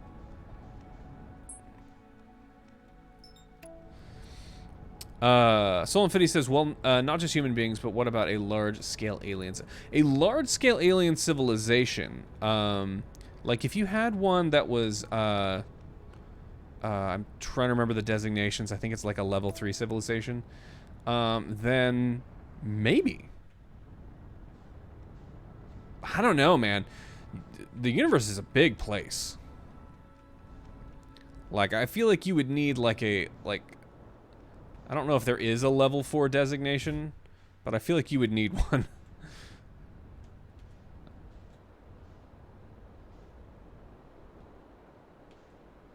There are just, because if I recall correctly, level 3, I'm gonna miss this one. A level 3 is, when they've harnessed the power of an entire galaxy. Level 2 is solar system. Level 1 is a single star, or maybe that's the same thing. Let me know if I'm crossing my wires here. But you would need to have a multi-galactic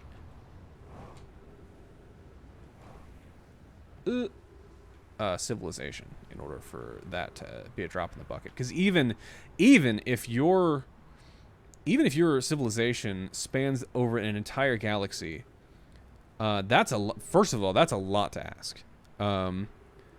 But even if that were the case, that's just one galaxy, and there are billions.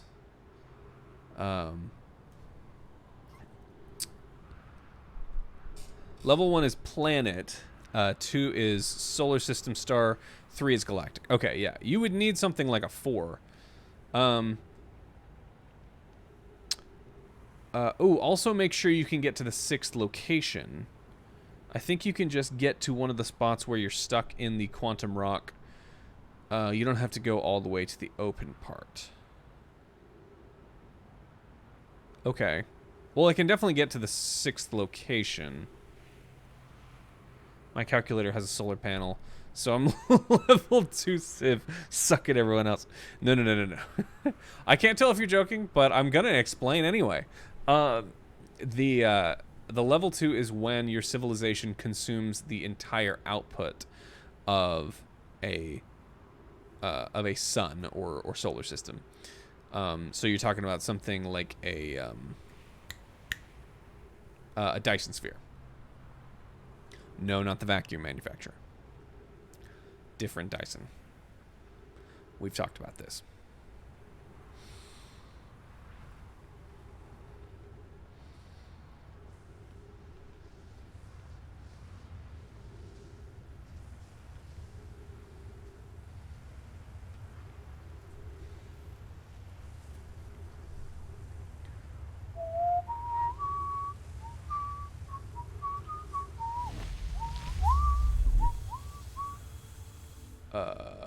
This way.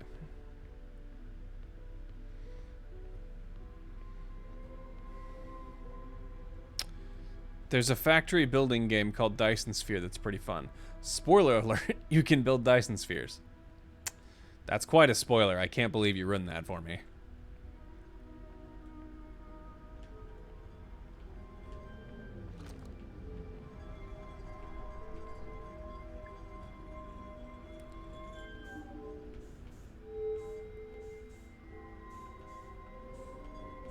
Okay, okay.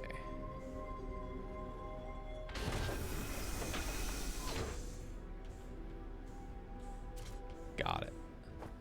Got that sucker. There you go. Thunk. Thunk.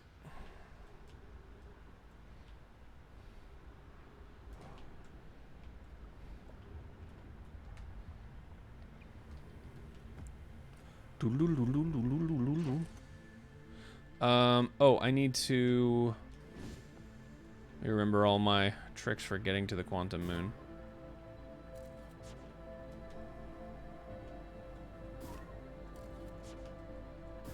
Yeah, that'll do. That'll do.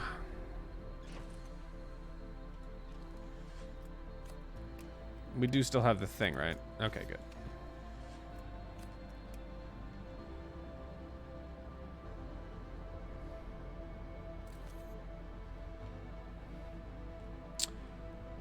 Okay, we're real close to the sun. No, no, no, no, no, no, no, no, no, no, no, no. I don't have time for you.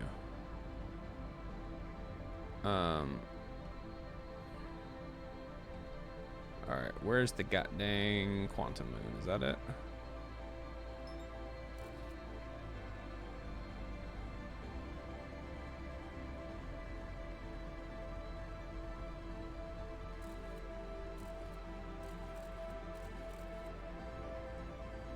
That might be it.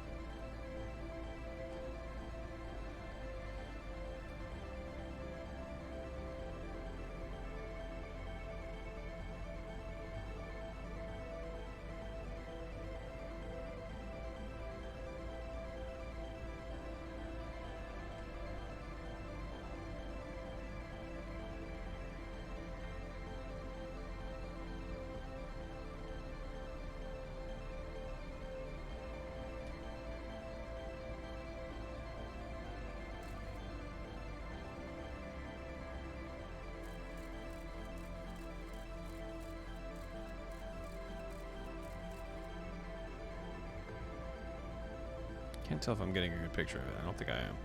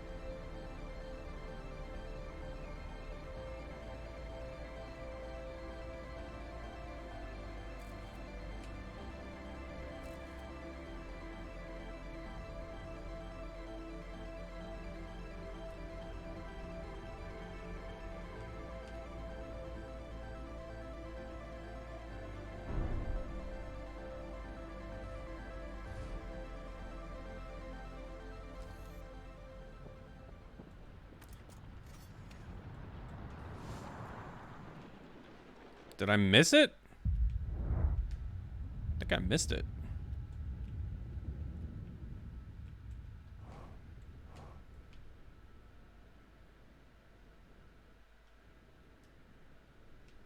What the heck's that? It's jellyfish.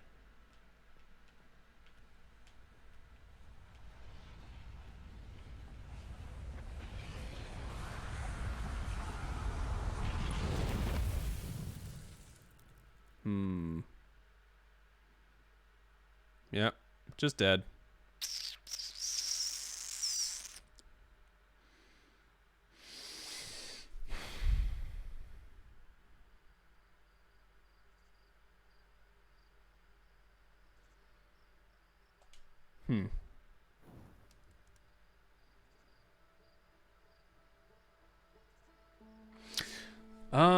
Okay. Let's do the version where we just sort of wait around. If you want to try running it in, you can, or I can tell you what happens if you make it to the 6th location. I'm gonna give it one more shot. If I don't get it this time, then I'll just have you tell me. I'm not gonna do any waiting this time. Well, I'm not gonna do any campfire waiting. We're gonna end up waiting, unfortunately. But I probably could have waited like 3 minutes, but it's all right. We'll be okay. With how poorly my piloting is going today, we should be able to waste lots of time.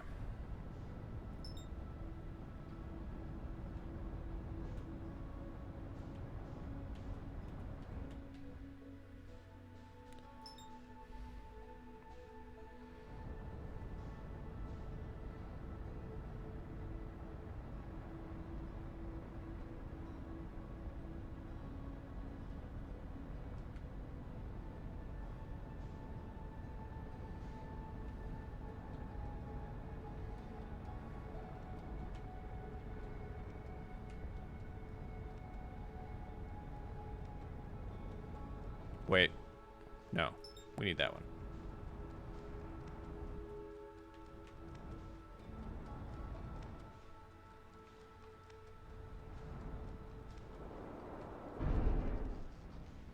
Close enough.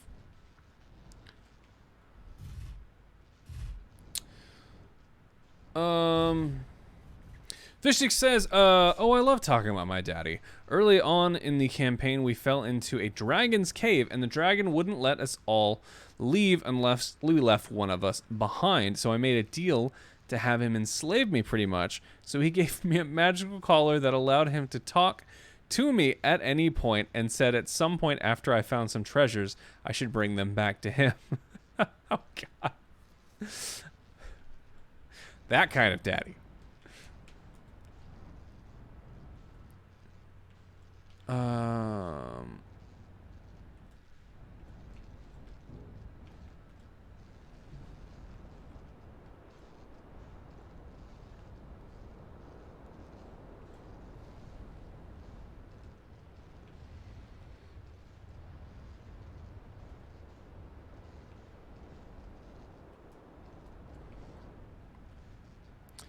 The controls of this like vaguely remind me of the controls for the helicopters in Battlefield Bad Company 2.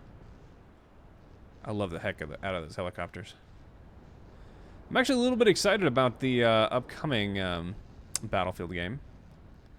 I will probably be playing it. Looks pretty good. Looks like it's near future. So not too sci-fi. Doesn't look like it's going to be like exoskeletons and wall running and all that nonsense we saw from Call of Duty a few years back. But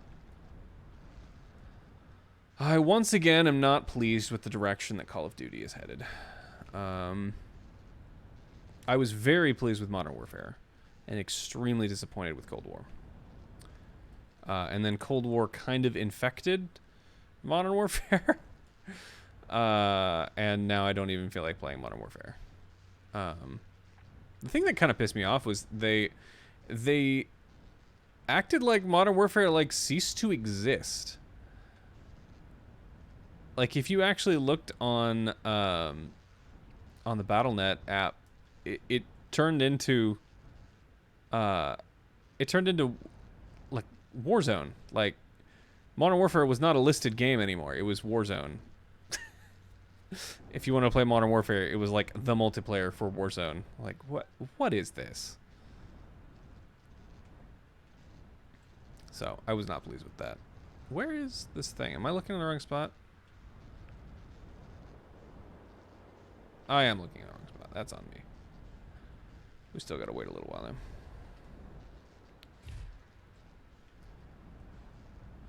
Still got a little while to wait. His name is Astyanax. Nailed it. the Drow Destroyer, and to annoy him, I would constantly refer to him as Daddy.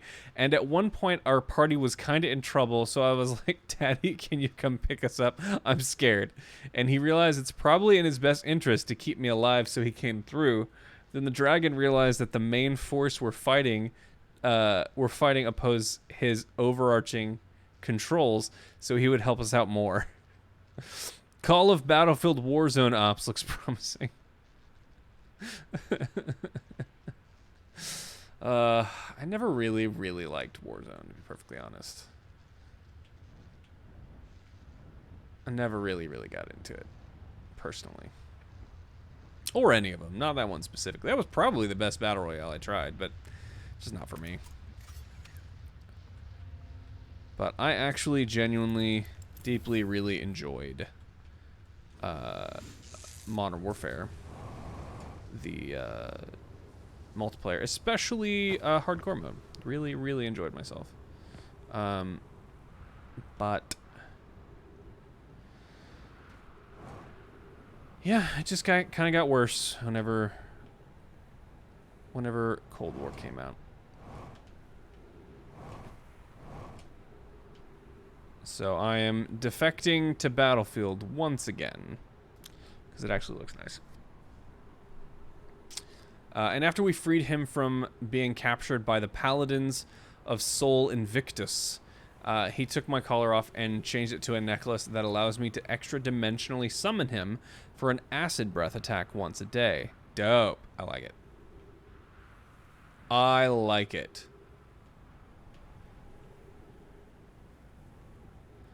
That's cool. Fishsticks, are there any like D&D podcasts or Critical Role?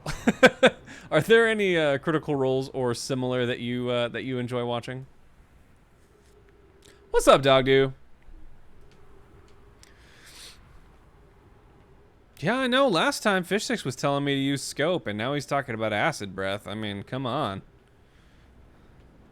Takes one to know one, I guess.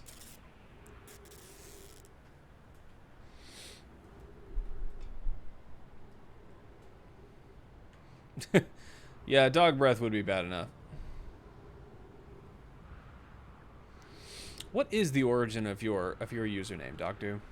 Do I want to know?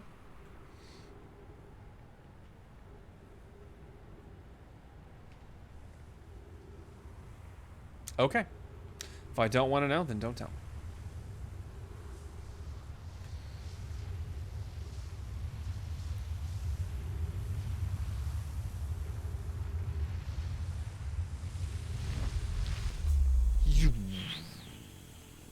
Dang it, it doesn't light up fast enough. I always think I have to go the other way. All right.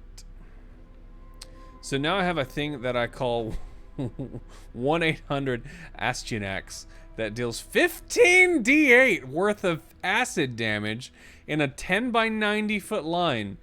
Holy crap. That's pretty great. I mean, for a once a day? Yikes.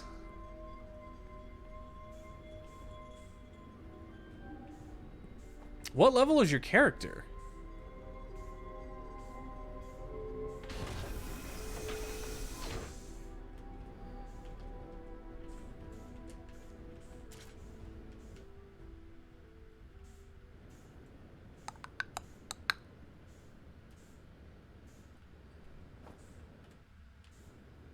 Could we not? Oh. All right, let's get back to the ship.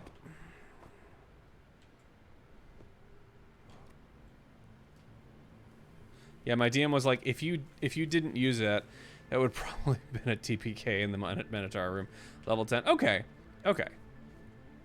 So that's not like super overpowered.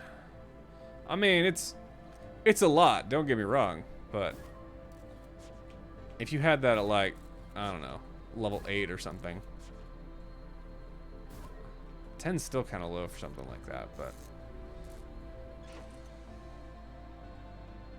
have to think about that.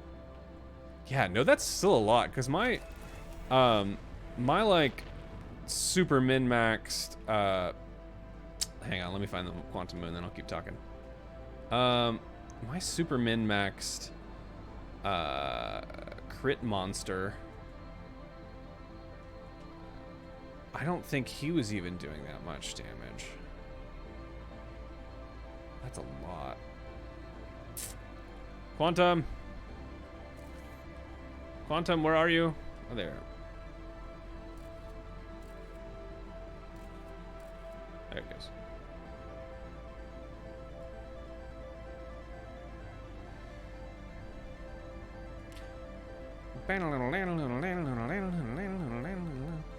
Oh no, how long have you had it?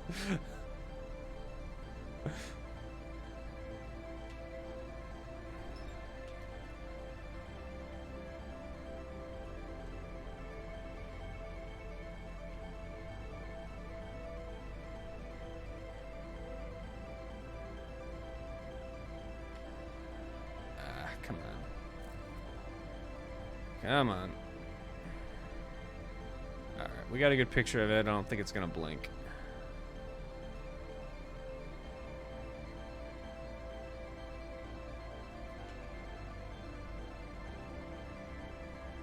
Yeah, there we go. There we go. That's what we want.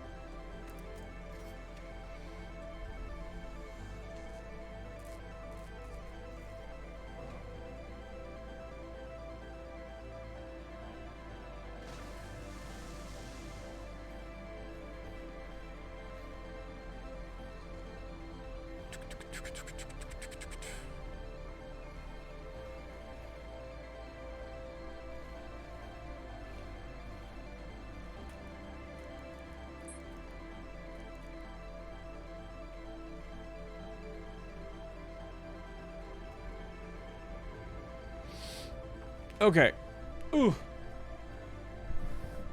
So do you think we're good enough, or do we need to keep trying? We do actually still have some time.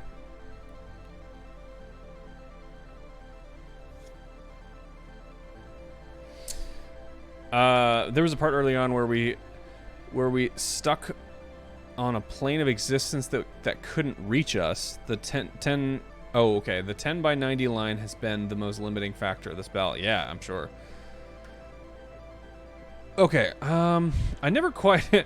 when we actually did this, I don't think I actually understood what I was doing, to be perfectly honest. Was it just sort of random? Okay, I got... Oh yeah, close the door, close the door.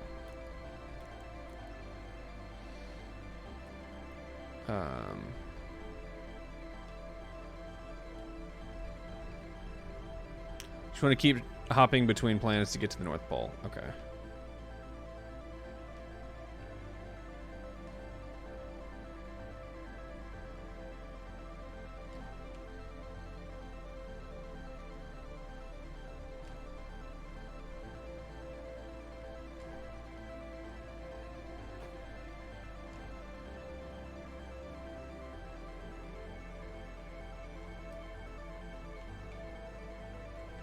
Oh, no.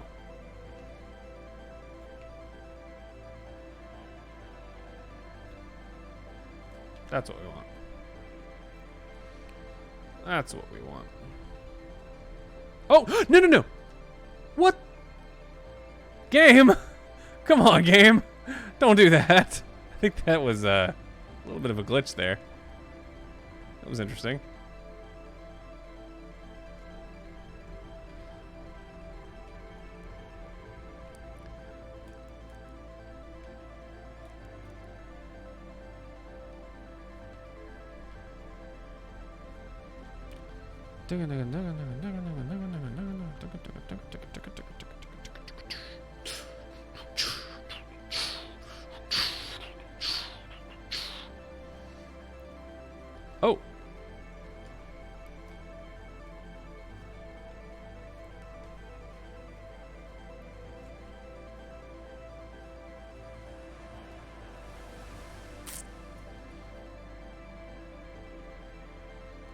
Am I gonna be able to get it to show up on this side of me?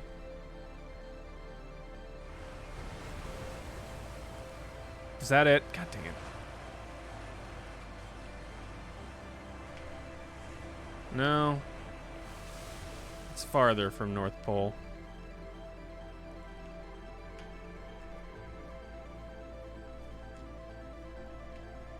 I want it over this way. And and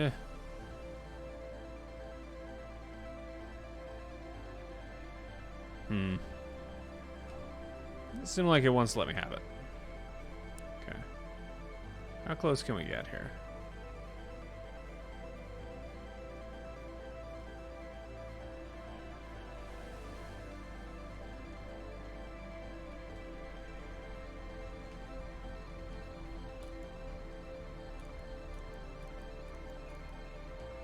No.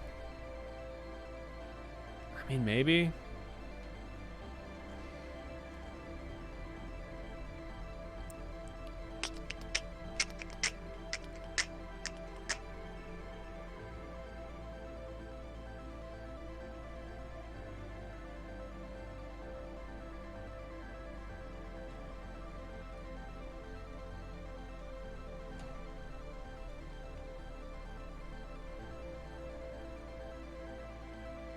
Beautiful.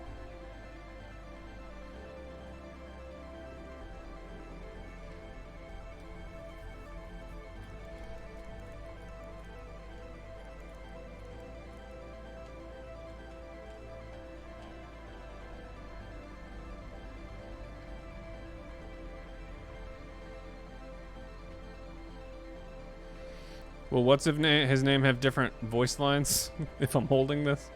Or what's her name? Sorry.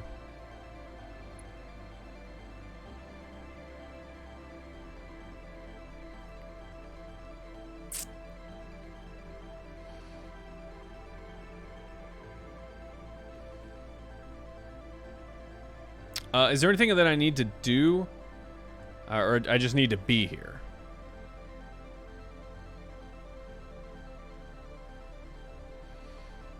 Because I don't want to burn up my time trying to get Solanum to say certain things.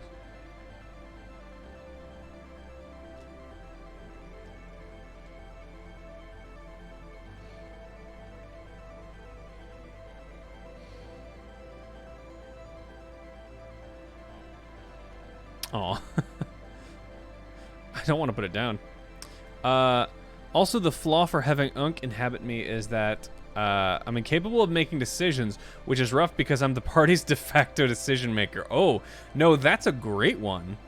That's a fantastic limitation. That's what you want.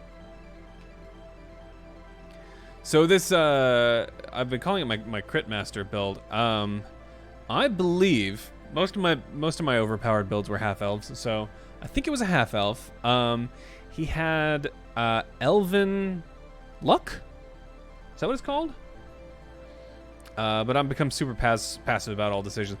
Does the rest of the party know your flaw? Are you guys open about those? Elven Accuracy is the one I'm thinking of. I think it's Elven Accuracy. Which is basically like double advantage. If you have advantage on something, it's the equivalent of you can roll 3 d20s and take the highest. So you can imagine the effect that has on crit rates. He could attack 3 times a round. I think I dipped into fighter enough to be able to crit on 19s as well. And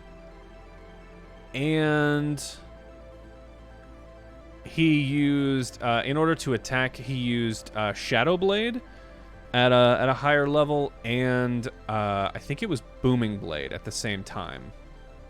Like he summoned a Shadow Blade, but then used the Shadow Blade to cast. It was either it was Booming Blade, which is that combination is several d8s by itself. I want to say that combination alone is like 5d8. Do that 3 times around. You know, using Twinned and Quicken. Twin and Quicken are broken, by the way, and I love them. So casting that 3 times around. So you're getting, like, you know, you're rolling 9 d20s in a single turn, critting on 19s and 20s. So you're almost guaranteed to get a crit. And so one of those 5 d8s is going to be like 10 d8. I might be a little bit off on some of the details, but that was the basics of the build. And he was an absolute monster. Also, the way that he gave himself advantage, the Shadow Blade will give you advantage if you're in dim or dark light. So I was constantly asking the DM, hey, are we in dim or dark light? And he was like, yeah, we're in a dungeon, so we're in dim or dark light. And I was just like, of course we are. And I always made sure I didn't use it like right next to a campfire or a torch or something. But if that wasn't enough, I think I could... either that, I would have like someone... I would have someone cast invisibility on me. I had all of these different ways of giving myself artificial advantage if I didn't have it. And so I basically always had advantage. And so I always had like that double advantage. And to answer your earlier question, I want to watch Dimension 20 since they're shorter campaigns. I love Dimension 20. It's a good time. College Humor, those guys are hilarious. Brendan Lee Mulligan is one of the most creative people I've ever seen. He is a fantastic DM. I've kind of been interested in their Magical Misfits recent series. It's like their Harry Potter series, because he's actually not DMing and he's just a player. So I'm very interested in that. Full respect to Matt Mercer. I'm definitely more of a Brendan Lee Mulligan fan, and that's the kind of DM I would like to be. A lot of DMs want to be Matthew Mercer, and I respect that. It's definitely a style. Oh, here we go.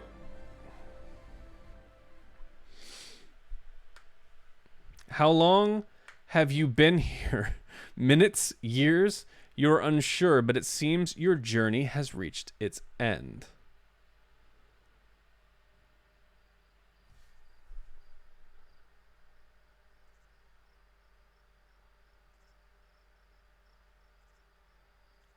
Huh.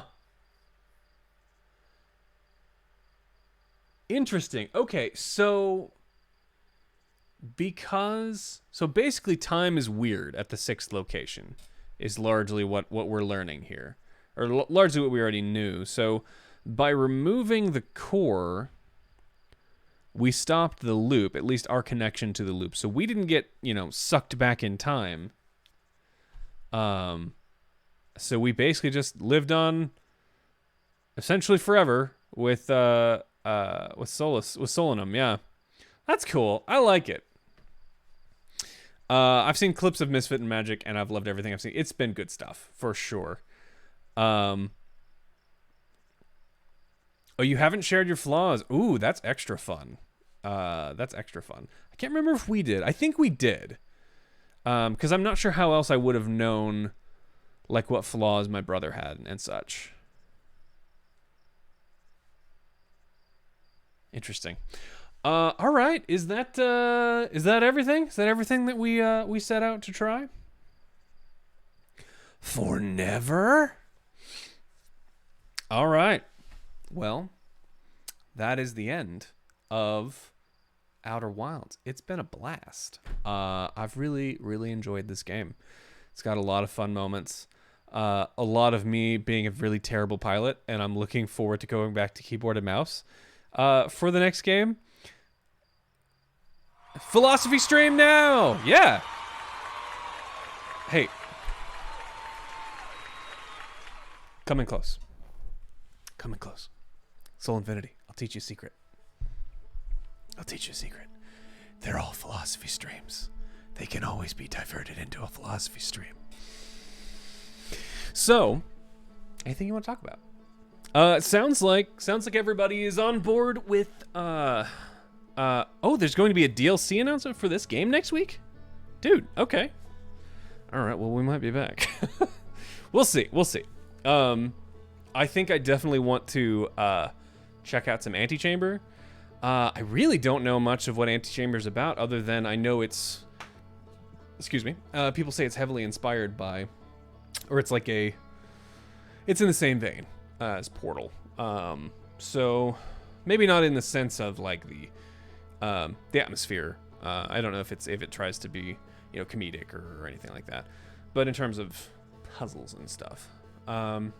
So that's probably what we will do Wednesday. I always take Tuesdays off, so no stream tomorrow. But Wednesday we will probably be back for some Antichamber, unless there's some really strong opinions amongst the community that want to try something else. I know there was some interest in the room games, which are just like puzzle boxes, right? Just kind of exploration-y, that kind of thing. The room games are great. Well, I think we'll eventually get to them, but I think I might stick with the puzzle platformers. At least exhaust those options first. Almost burned out my phone playing them all. Do you have VR? I do not have VR. Is that an essential aspect of the experience? I've been holding out, waiting for VR tech to kind of stabilize and mature. Is it time? Is it time to strike? If I go out and buy the fanciest VR set out there, am I going to be happy with the experience? Or a year from now, is it going to be complete garbage replaced by something else? They made a VR room. Okay, well, that's appropriate. Because that's what I've been afraid of in investing in VR. Like, I feel like it's either, you know, not quite there yet. The game supply is not quite there yet, or as soon as I buy one, it's going to be obsolete in a year. Like, these are the things that I worry about. I don't care if we'll ever grow out of the novelty phase. Yeah, that's what worries me. I am genuinely excited about VR. I have just been an early adopter in technologies too many times. And I've gotten burned too many times. I decided for my the laptop that I chose for school, when I first went to college, I decided to be an early adopter in what did they even call them back then? I think this was pre-iPad, so they may have just called them like tablet laptops, but it was a laptop, but it swiveled. It swiveled and you could lay it flat, and it had a stylus, and it was garbage. It was so bad. I described it as having I called it a scratch screen, as opposed to a tap screen, because it had to be like a sharp point in order for it to register. And eventually the motherboard on it just went kaput. And it was just a garbage computer. It didn't help that it ran Vista, so that didn't have it going for it. But I was an early adopter on that, and I really, really regret it. 2-in-1, yeah, maybe that's what it was called. It didn't detach like Red Winged has a Microsoft Surface that like is like a tablet that docks in with a keyboard. It's not that. It didn't actually detach. It would like swivel. I may still have it. I'll see if I find it. I'll see if I can find it. I should have gotten rid of it. Should have thrown it away. Or recycle it. Recycle your e-waste. Kind of like the Lenovo Yoga. Maybe. Dang, forgot about Vista. Vista was a rough time. Vista was a rough time to be a developer. I wasn't professional in the Vista days. That was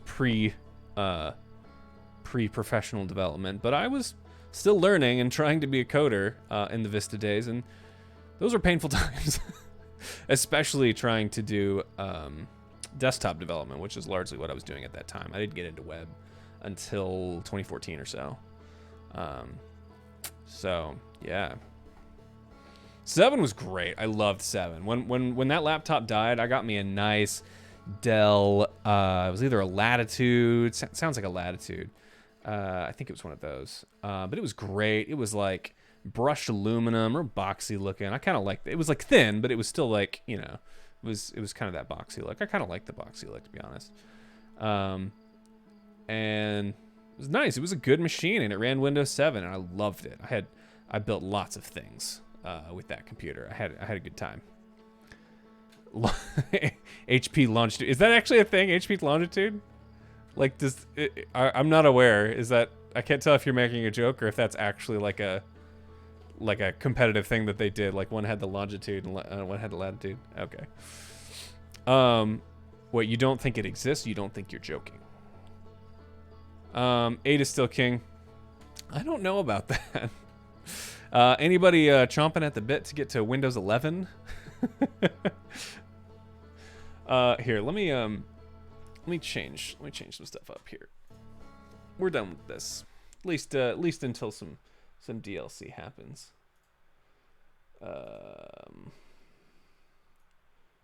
Whoop. There we go. We'll be over here. Hello. Given Fishstick's prior comment, I'm gonna press X to doubt. Doubt.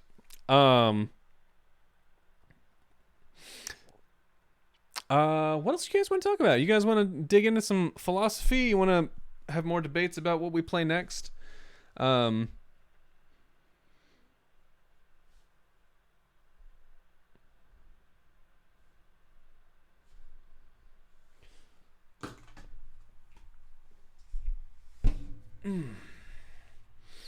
We can just call it a night. I'm good with whatever. Do you TDD? I occasionally. I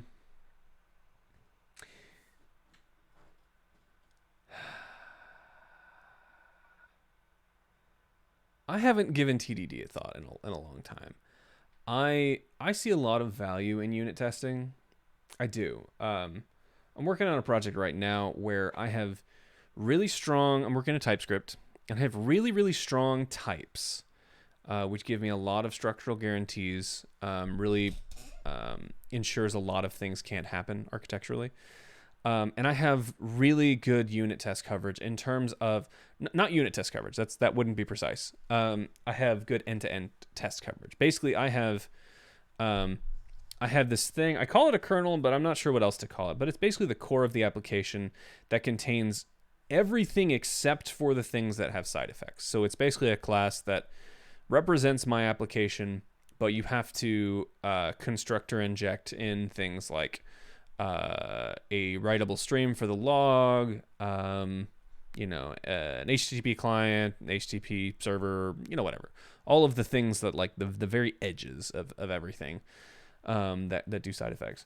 And I use that thing in unit tests, put mocks in for all of those things, and I can test all of the inputs and outputs of everything that this application is supposed to do.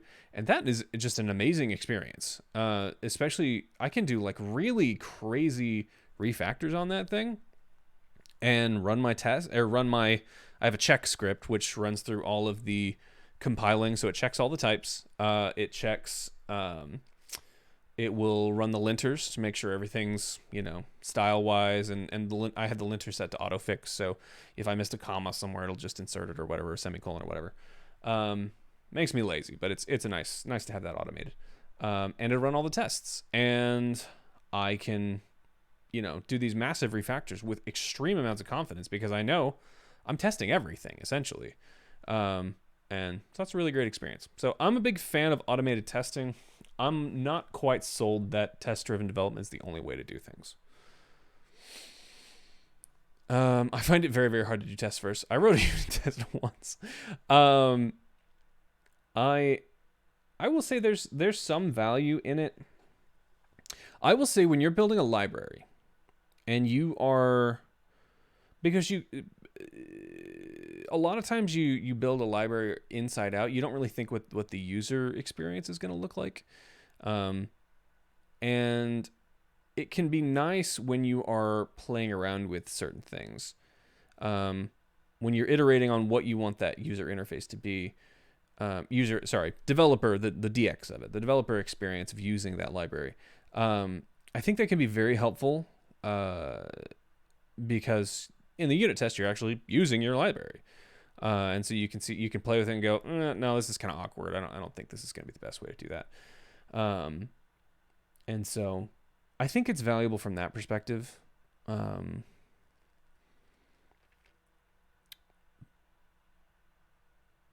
But yeah, these days I put a genuine effort into writing code that is, I find it extremely valuable. I'm stealing this quote from someone else, but I find that writing code that is unit testable is more important than actually unit testing it. If you had to choose one or the other, I mean, I guess you can't, because one is required for the other. But I think you get a huge benefit from just making your stuff essentially composable, so you can inject all those side effects and do all those things. I find that extremely beneficial. I try to write my code these days in such a way that it's almost obvious what things are doing, to where, like, the closer to the core of what your application is supposed to do, you should be able to point to someone and show them some business logic in your code, and they should essentially be able to read it as long as they understand the language and understand what it's doing. Assuming they know the domain well enough, it shouldn't be complicated. It should go, oh, okay, it's like almost perfectly readable, like what it's doing. There shouldn't be a whole lot of detail complexity in there. And then as you get closer to the edges, you get a lot of more of your complexity in there. And I think there's room for unit testing in those areas where things start to get more, detail oriented.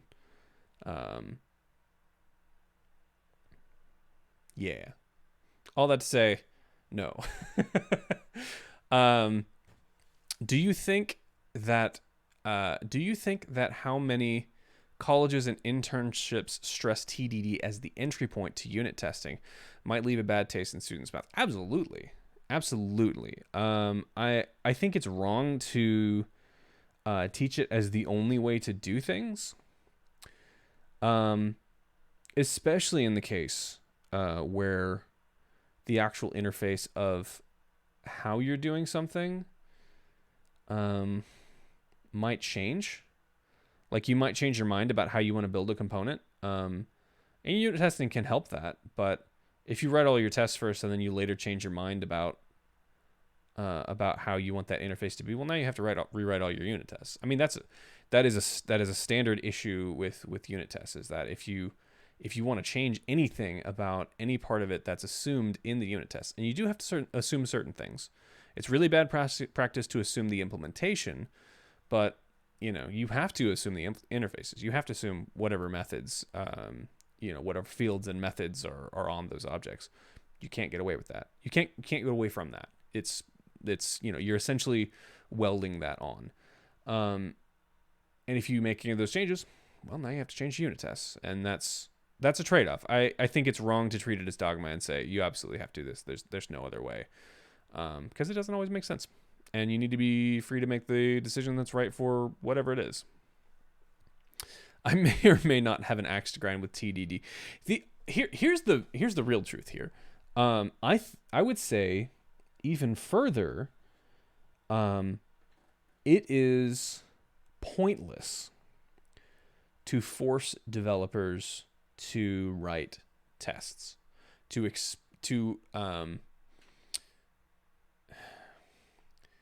maybe if it's coming down from a team lead, it's better. But if it's coming down from management, someone who's not actually close to the code, it is unit testing and automated testing in general needs to come from an intrinsic motivation place. Because the thing is, if you force someone, especially if you force certain code coverage metrics, the system is just going to get gamed, and you're not going to get very good tests. And you're going to get tests that technically get the same level of coverage, but don't actually really test anything in a useful way. They just duplicate the implementation. You know, you're going to get tests that do not follow any good practices for tests. That's just how it's going to work. But if you get developers to where they see the intrinsic value, and the unit tests come from a desire to actually make the code better, and to, you know, really, I mean, the tests are there to kind of help us sleep better at night. And if you can get the developers to internalize that, then I think you're going to end up with good quality tests. And you might not get 100% code coverage. You probably don't need 100% code coverage. I used to think you did. I did. But you don't. I would say it's good to have 80+%. But you can probably get 80+ code coverage just by doing end-to-end testing of the happy paths through your application. It's good to have robust unhappy paths through your application. I think you should handle those, and I think it's good to test those as well. But that's going to be in that's probably going to be your last 20% or so of testing, and not all those unhappy paths are even likely. So I don't know. You've got finite time as a developer. You have to make decisions on what the most valuable thing you can do is. I do find end-to-end tests more valuable than unit tests personally, because, I know I can tell you a lot of major libraries take this approach as well. I believe it's React. I may be making this up, but there's a major JavaScript library that they largely just test the external interface. All of their tests run against that, because that frees them up to essentially do whatever they need to do on the internals to make things, you know, fast and organized, and whatever their goals are for that. But it ensures that the contract that they have between them and their user is maintained, and those unit tests are that contract. And so I really, really like that approach in the web service example that I was building. It's a little bit different since it's not a library, but, you know, I talked about end-to-end testings where you're testing it against, you know, mock requests, and you're checking the exact. I mean, I even checked what it logs. Like I checked the log stream and say, okay, it emitted these exact bytes, and that's a little extreme. You can kind of treat it like a snapshot test, though. You can run it once and go, okay, that's the output I expected. You know, verify it looks right, and then you just bake that into the test, and then you just make sure it's that every time. But yeah, I find testing the edges are more important than testing the core, testing the units. If you've got like a really mathematical object that is designed for, you know, performance and could be really weird. I will say this: if you do find a bug in a component you've found, and that the bug is fundamental to that component and to where a unit test would have caught it, write the unit test. That's a great opportunity for a unit test, because then you can ensure, you know, you codify that use case and go, hey, this has been a problem in the past. Let's make sure this is never a problem again. So these days, I used to be very idealistic when it came to unit testing. I wanted 100% coverage all the time, but it's not practical. It's not the best use of your time, and I tend to be, I don't know, I just tend to be a lot more pragmatic these days. Good questions. I like these questions. Make me talk more.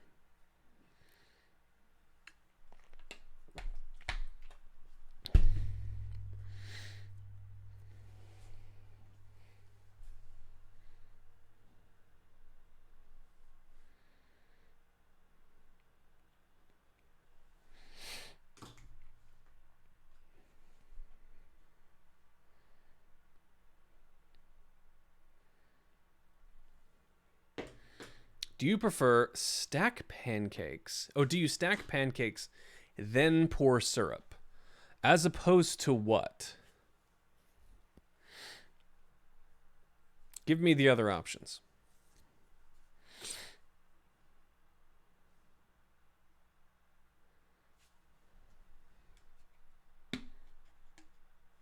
Sorry, I'm always rubbing my nose. I have to sleep with a tube connected to my breathing system because I'm a very human person, and it irritates the skin under here. So that's why I'm always itching. When's the next fan meetup? I don't know. We should hang out. I need you guys to show me all of the ramen places. I need a place that gives me a good consistent ramen. I used to go to Sushi Bar, and it's okay, but I feel like the novelty, either the novelty or the quality, has kind of declined in the last few years. Could be perception, hard to tell. Side by side for even distribution. No, I don't do. No, here's what I do though. All right. Here's the way you should eat pancakes. All right. Most people. Do I need a diagram for this? No, we'll go without the diagram. All right. So you got your pancake. Most people will like cut a little wedge, right? You know, they'll chop with the fork, and then they'll eat that. It's not the way you should do it. Here's what you do. You stack the pancakes. You make a pool of syrup, around the base. You don't even have to put any syrup on top, because here's what you're going to do. You're going to chop this way. Instead of making a wedge, you're going to chop this way and work through the pancake from you to away from you and make these little slices of pancakes that you can fully submerge in the syrup bath, and then you eat them. That's how you get even distribution. That is the Bitbender approved way to eat pancakes. Pancakes or waffles? I'm a pancakes man. Red really likes waffles. She even likes like waffles and chicken, which I understand is a fairly popular combination, but I've never really gotten into it.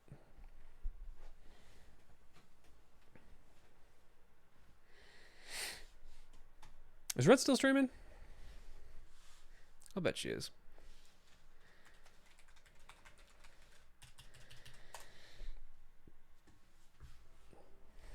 She is.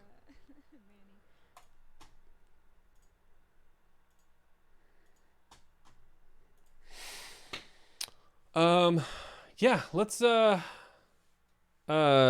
you syrup board your pancake slices. I don't think that's what syrup boarding is. I baptized them.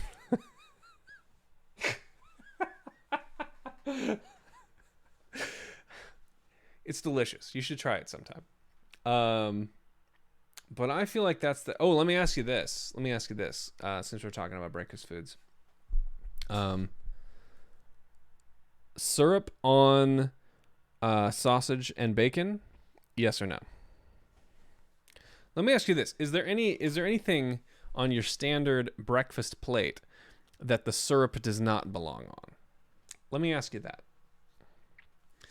Breadstick knows about syrup boarding. He ended up in the wrong neighborhood in Quebec and wasn't able to speak good enough French. I love the lore, I have to say. I enjoy this. Man, maple syrup's delicious, though. But is there anything on a standard breakfast, American breakfast plate that is not improved by syrup? I told them nothing.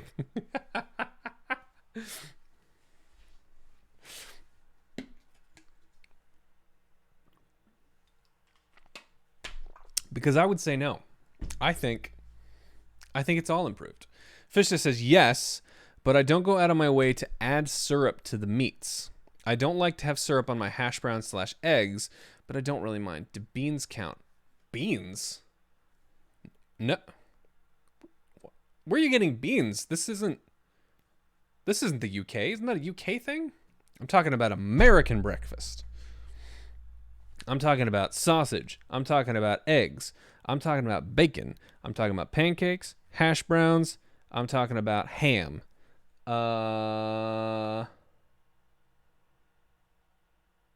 What else? What am I missing? Beans on toast, underrated. I can't tell if you're doing a beans meme or if this is something that's actually good.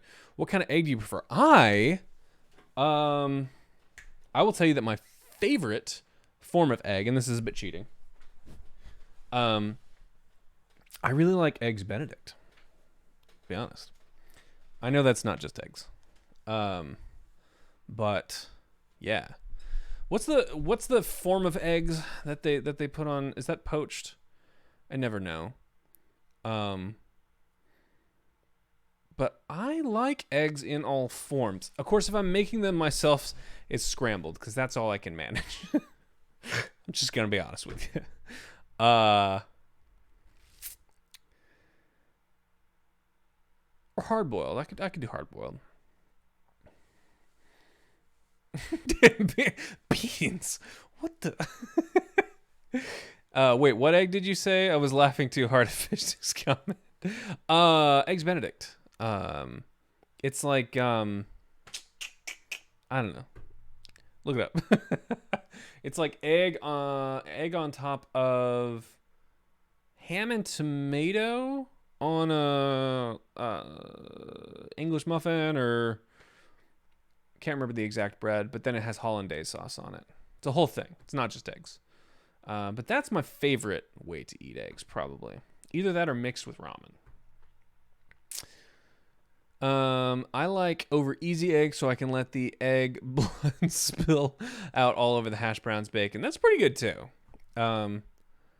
It is fun to, and I don't know if fun's the right word, but it's fun to go to IHOP and when they ask for how do you want your eggs done, to say one of the more unusual options, like over medium or over hard or something like that. You almost always get not what you asked, but it's funny to see their faces when you don't say scrambled or sunny side up. I really like to mix all these savory parts of an American breakfast together. I'm with you. And I would say if you get a runny egg, it might be weird to, like, if you get one where the yolk is still runny, it might be weird to have that mixed with the syrup. I'll grant you that. But I actually like syrup when it's mixed with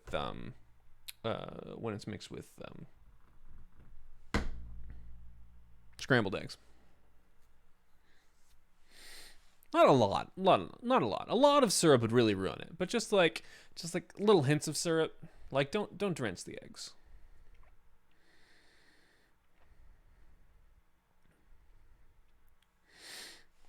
What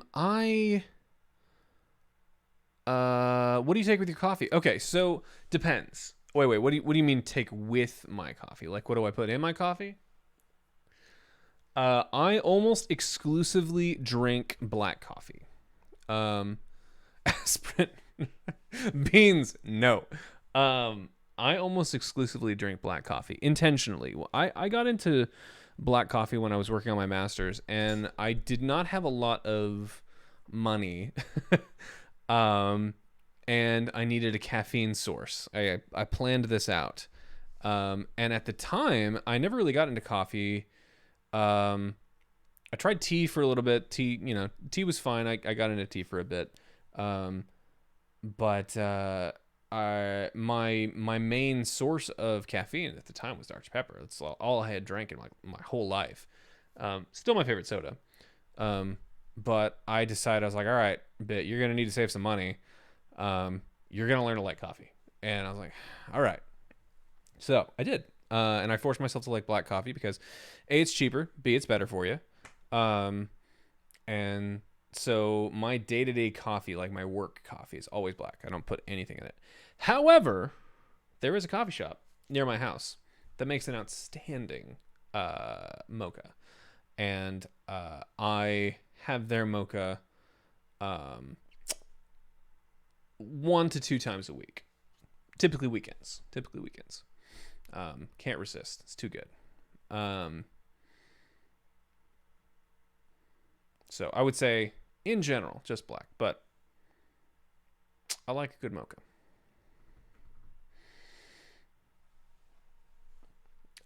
We might have to meet up at this outstanding coffee shop sometime. Let's talk about that.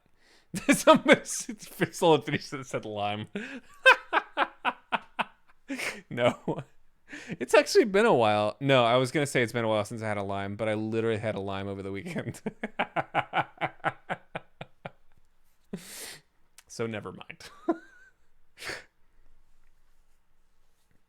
No, I didn't just eat a lime. Although I would, to be perfectly honest, on occasion, if I occasionally get enough of a craving that I will just eat, not like the rind and everything. Crazy people. But like, cut it into quarters, bite into it, get all the juices out. It's basically like drinking a limeade, but not in a glass. But no, I would do that. But that's not what I did. It was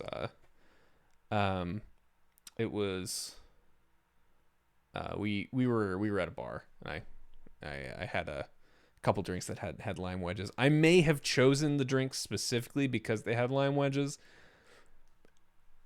That may be the case, but it was a normal way to consume a lime.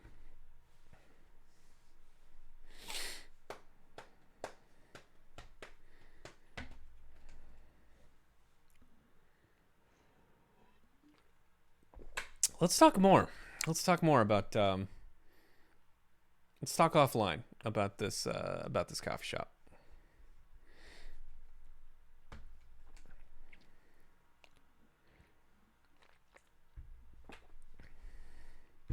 What else, guys? What else are we talking about? Any deep philosophical questions we need to discuss? Anything? Any arguments we need to settle here? Did anyone take a look at the Pinocchio conversation? It's for a lot. It depends. I can't remember what the original quote is. I've definitely seen that episode. Man, when are we going to get some more Doctor Who? It's been too long. Too long. I feel like the last episode was like New Year's Day, like 2 years ago. Maybe not.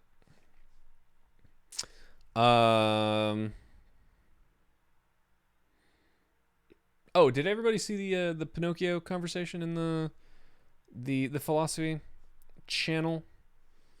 I think that's an interesting one.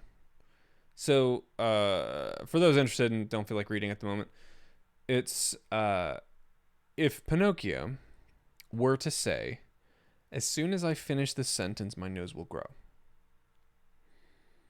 Will his nose grow or not?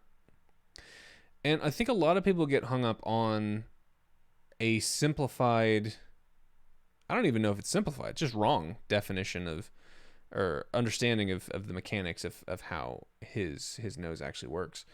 It's not the case that if he says something false that his nose grows.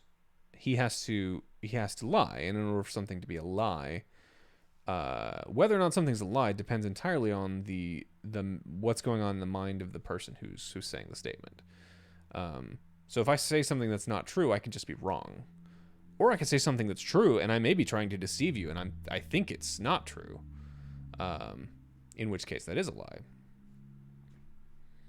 So anyway, I don't know if you're interested in talking about that now, but you might check out what I dropped in the philosophy channel.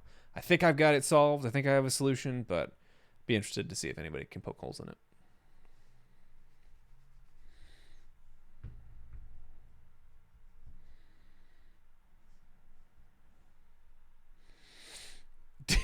Did you write unit tests?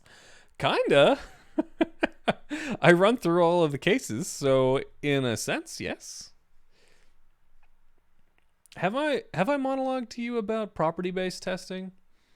You should check out property-based testing. I wish property-based testing was more common. Yeah, I can tell that I've recently had this monologue talking about property-based testing, probably even on stream. big fan of property-based testing. Would like to see it more common.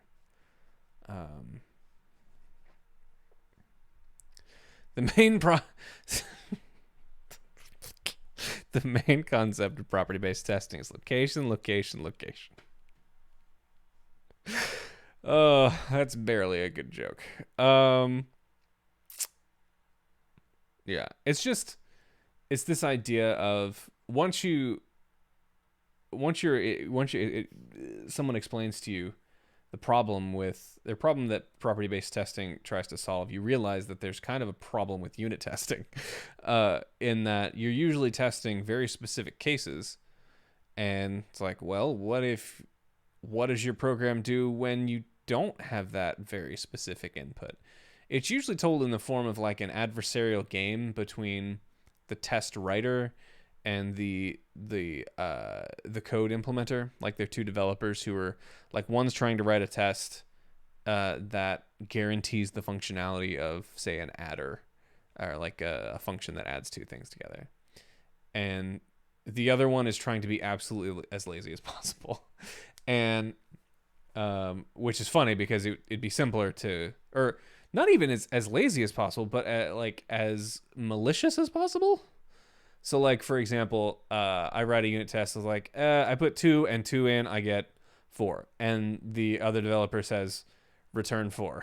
It's the whole function. Like, okay, well, it shouldn't always return 4. How about 1 plus 3, or how about 2 plus 1 is 3. And it would say, if input 1 equals 1, return 3, otherwise return 4. And anyway, it builds up to where basically property-based testing is the only way to ensure that your code actually has all of the properties that it claims to have, because what it ultimately comes down to is basically randomly generated inputs to your unit tests. And so you can't really, it's not like you're testing specific inputs and specific outputs. You're testing like, under these conditions, if I give it these inputs, like give you an example. Like if you give me a random A and a random B, and they're both numbers, and I put A plus B and I put it in my adder, and I swap them and I say B plus A, those two values should be equal. No matter what A and B are, A plus B is B plus A. Period. That's always true. It's this exercise of finding invariance in your systems, and I really like it. Again, not entirely sure how practical it is, but I love it from a theoretical perspective. If you're gonna do this thing, you're gonna say, all right, I'm gonna have full test coverage. Then let's do this thing and actually, prove the thing that we think we're proving. And what's cool about it is that can actually find weird edge cases, through random chance. And really sophisticated. There's a crap. Where does it come from? Does it come from the Haskell world? I'm trying to remember.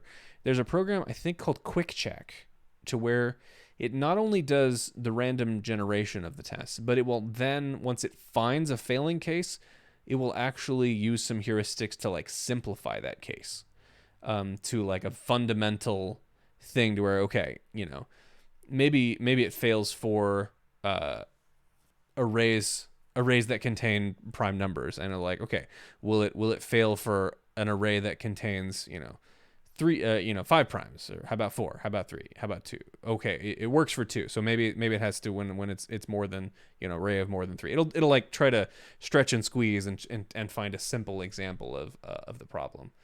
And that idea fascinates me. I feel like we need to get more machine learning involved for that to really be practical, but I don't know, it just interests me. It's more theory. Barely good enough jokes. Fish Sticks Incorporated. But do you consider them to be good? Define a good joke. I deem anything that gets someone to laugh or groan to me as a good joke. Yeah, that's fine. I thought that was unit testing. Invariance. Invariance, not variance. Man, Loki's been pretty good. I guess it's over now. Loki was good. I enjoyed it. I really expected. I really didn't. I won't want any spoilers. But I really expected them to take a different approach with the final villain, if you can even call him that. No,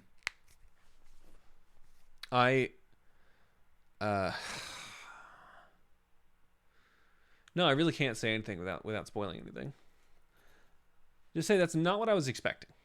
Narratively, it's not really what I was expecting. But I'm interested that they decided to go that route, which is kind of a more comic book route. Be interesting to see the way things go. I didn't think they would go as big as they did. I was surprised. I'm pretty sure everyone had the same idea about who the final villain is. Has everyone here seen it? Like, can I just say, will someone speak up and say no spoilers, please? If they care about spoilers, you have 10 seconds to say I don't want to hear any spoilers. Wait for it. Wait for it. Wait for it.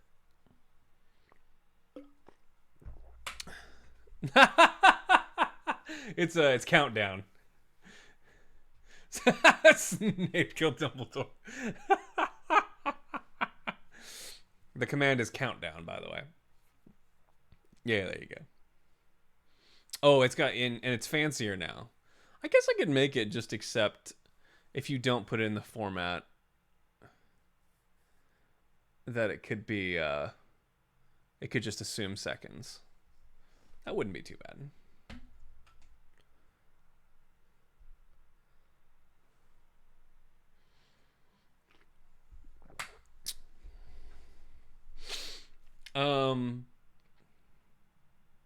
Anyway, I really expected the final boss to be a Loki, is what I was expecting. I expected it to be a Loki variant. Yeah, no time travel, fish sticks. No breaking reality. I'm sorry.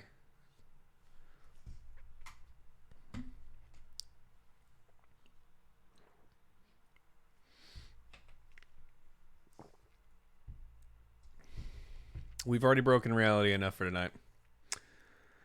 Countdown, heat, death of the universe.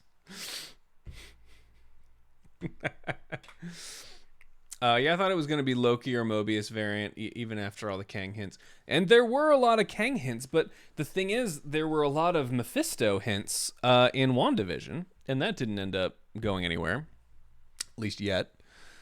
So I kind of expected Kang to be, and Kang is in kind very similar to Mephisto. It's kind of a goofier aspect of the Marvel comic universe. So it is interesting to me that they're actually going down that route. It'll be interesting to see how they portray him. But yeah, definitely not what I was expecting. I thought it was going to be a misdirection. Yeah, was really expecting a Loki. I did not expect a Mobius, but that would make some thematic sense as well. Did Mobius ever get his jet ski? I was really expecting a payoff on that one. That's sad. He should have gotten a jet ski.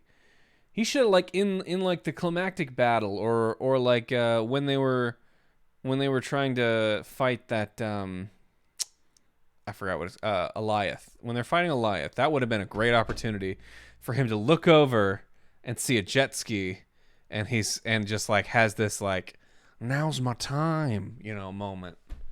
Wow. And that I would have loved that. I would have loved that moment. Wow. Yeah, and no wows. Thanos being big bad only to be shown up by another bad waiting in the shadows would be kind of lame. I agree. And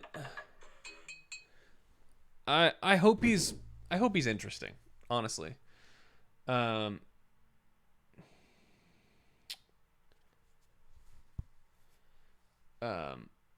oh, okay, you mean, oh, okay, gotcha. That's, I see what you're saying. Yeah, if whatever happened next, whatever happened post Thanos, I agree, needed to be caused. I'm sinking so low over here. I'm barely in frame. Yeah, whatever happens post Thanos, I think needs to have happened as a result of the Avengers actions. I think that's the only sensible way to do it. That's just being a good dungeon master. If when I eventually get back around to dungeon mastering, it'll be my goal to put my players in impossible moral dilemmas, and then no matter what they choose, have there be terrible consequences in subsequent sessions as a result of those decisions. So I like that kind of story where, you know, you've got this butterfly effect.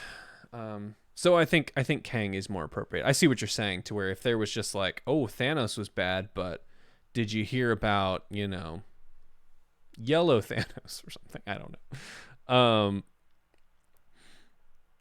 I'm ready to see Jonathan Majors play a whole bunch of different versions of this character. Yes, that is an interesting aspect of it.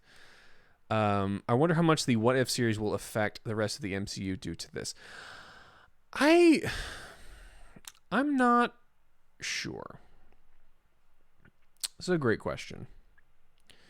I sort of expect What If to have no consequences. It's like just side realities that don't impact anything at all. It's just room for them to play. But maybe, honestly, it'd be a pretty interesting twist if something that happens in What If actually ends up having impact. Changing topic. Hyped about Star Wars Visions. I don't have any idea what that is. I've been kind of out of the Star Wars loop for a little while. Tell me what you're talking about. I would like to have the trolley multi-track drift. I don't know what you're talking about, Fish Sticks.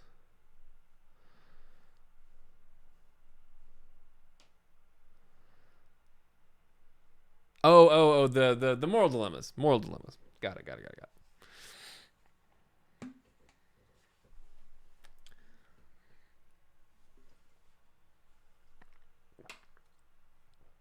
Oh, Star Wars anthology series featuring Japanese animators. I think I only barely heard about this. So I am not hyped about it yet, but I should probably look into it. I am interested in both Star Wars and would it be fair to refer to that as anime? So I will probably enjoy such thing. What a nerd. Yeah, Fish Sticks. I'm really worried about you calling me a nerd. That hurts my feelings so deeply. I'm gonna go question my life decisions because someone called me a nerd. Okay, I need to sleep. But this has been a lot of fun. Studio that did Kill la Kill is doing 2 episodes of it. Okay, now I'm on board. I'm definitely on board now. Okay. All right. It's time to go. Night. Let me see who is still available to raid. I'm gonna throw you guys at Red Winged. She's over there playing Neverwinter Nights. Don't feel like you have to stay, but might think about saying hi. She's probably not gonna stay on too much longer anyway, but she can throw you at somebody else or not. Yeah, that's right. Get your raid walls ready. I need to get mine ready. Raid wall. Beautiful.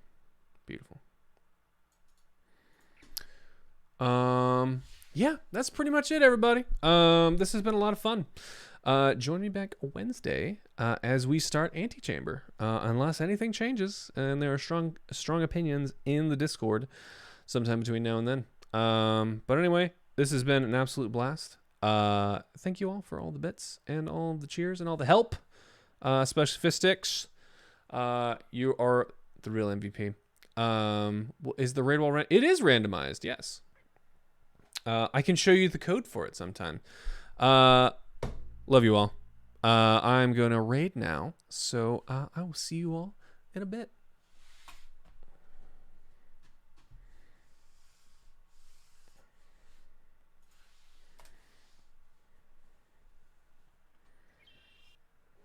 Bitbender. Hi guys. Oh my god, you guys got the raid emote down, or raid wall down. What was that? Fish sticks? Was that a resubscribe? Didn't that happen last night? Thank you for resubscribing, Fish sticks. 6 months. Hello, Soulfinity? I don't know why I couldn't get that right. I hear Bit say your name all the time. Oh, thank you for the follow. Oh, let's see. I could ask Bit to do his own shout out, but that seems kind of silly. So, let me back out of the game. Actually, I can just do this, huh? Oh, hi, Capamon. Did you guys finish the game? I'm talking to this little... Is he a gnome or a dwarf? I don't know. The raid wall looks nice, you guys. You're the stupid lies.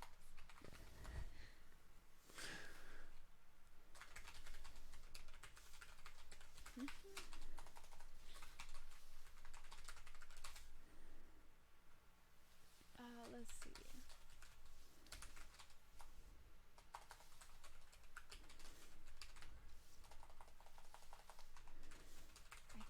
I don't think I need information from this guy. We're good.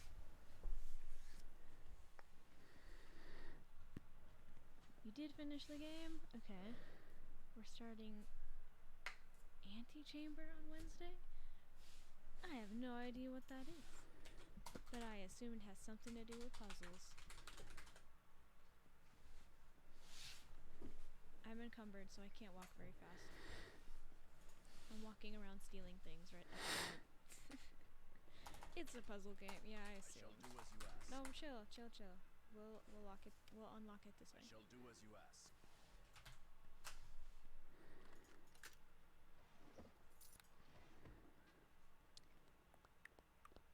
Well, did you like this game? I already forgot what it's called. Outer Worlds, I think. Did it tell me what you guys were playing? Oh, right, because I didn't do the shout out, I did the...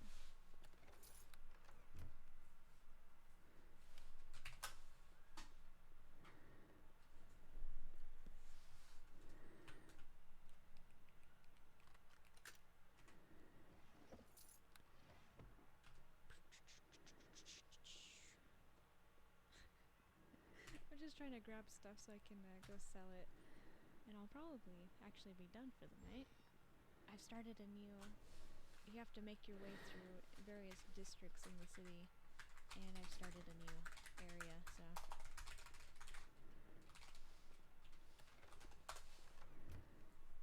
I won't get too far into it tonight. 50 bits! Did Bit I bet you Bit Commander didn't.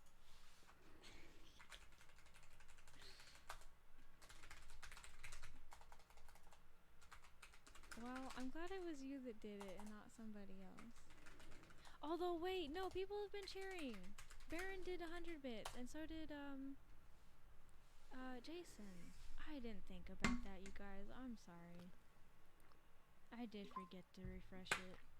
I bet you you guys can see the things on the face cam though. No? Not tonight? It's not even gonna try? It's not even gonna try tonight. Yeah, we need to optimize that. No? It's not even showing up at all. That's weird.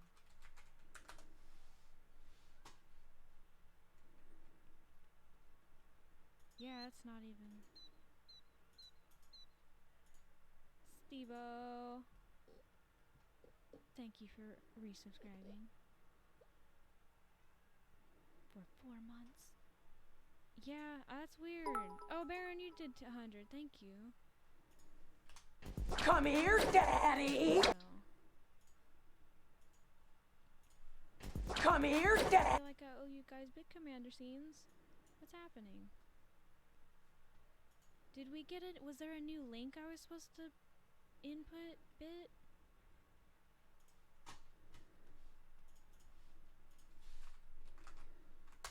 Huh, that's frustrating. I'm sorry, guys. We thought we had just rearranged all the scenes and things for that. Huh, okay. Oh, and now my gameplay's not gonna work. Let's see. There it goes. Yeah, I guess we need to figure out. It's supposed to be the same link. Whoa, I don't have a scene for 1,000, so thank you, Steve. You guys got a you guys got a hype train going. Hold on. Jeez. I wish I had those scenes working for you. That's frustrating. I'm gonna have to activate them. Man. Yeah, I guess we need to work on Bit Commander some more. As in, Bit's gonna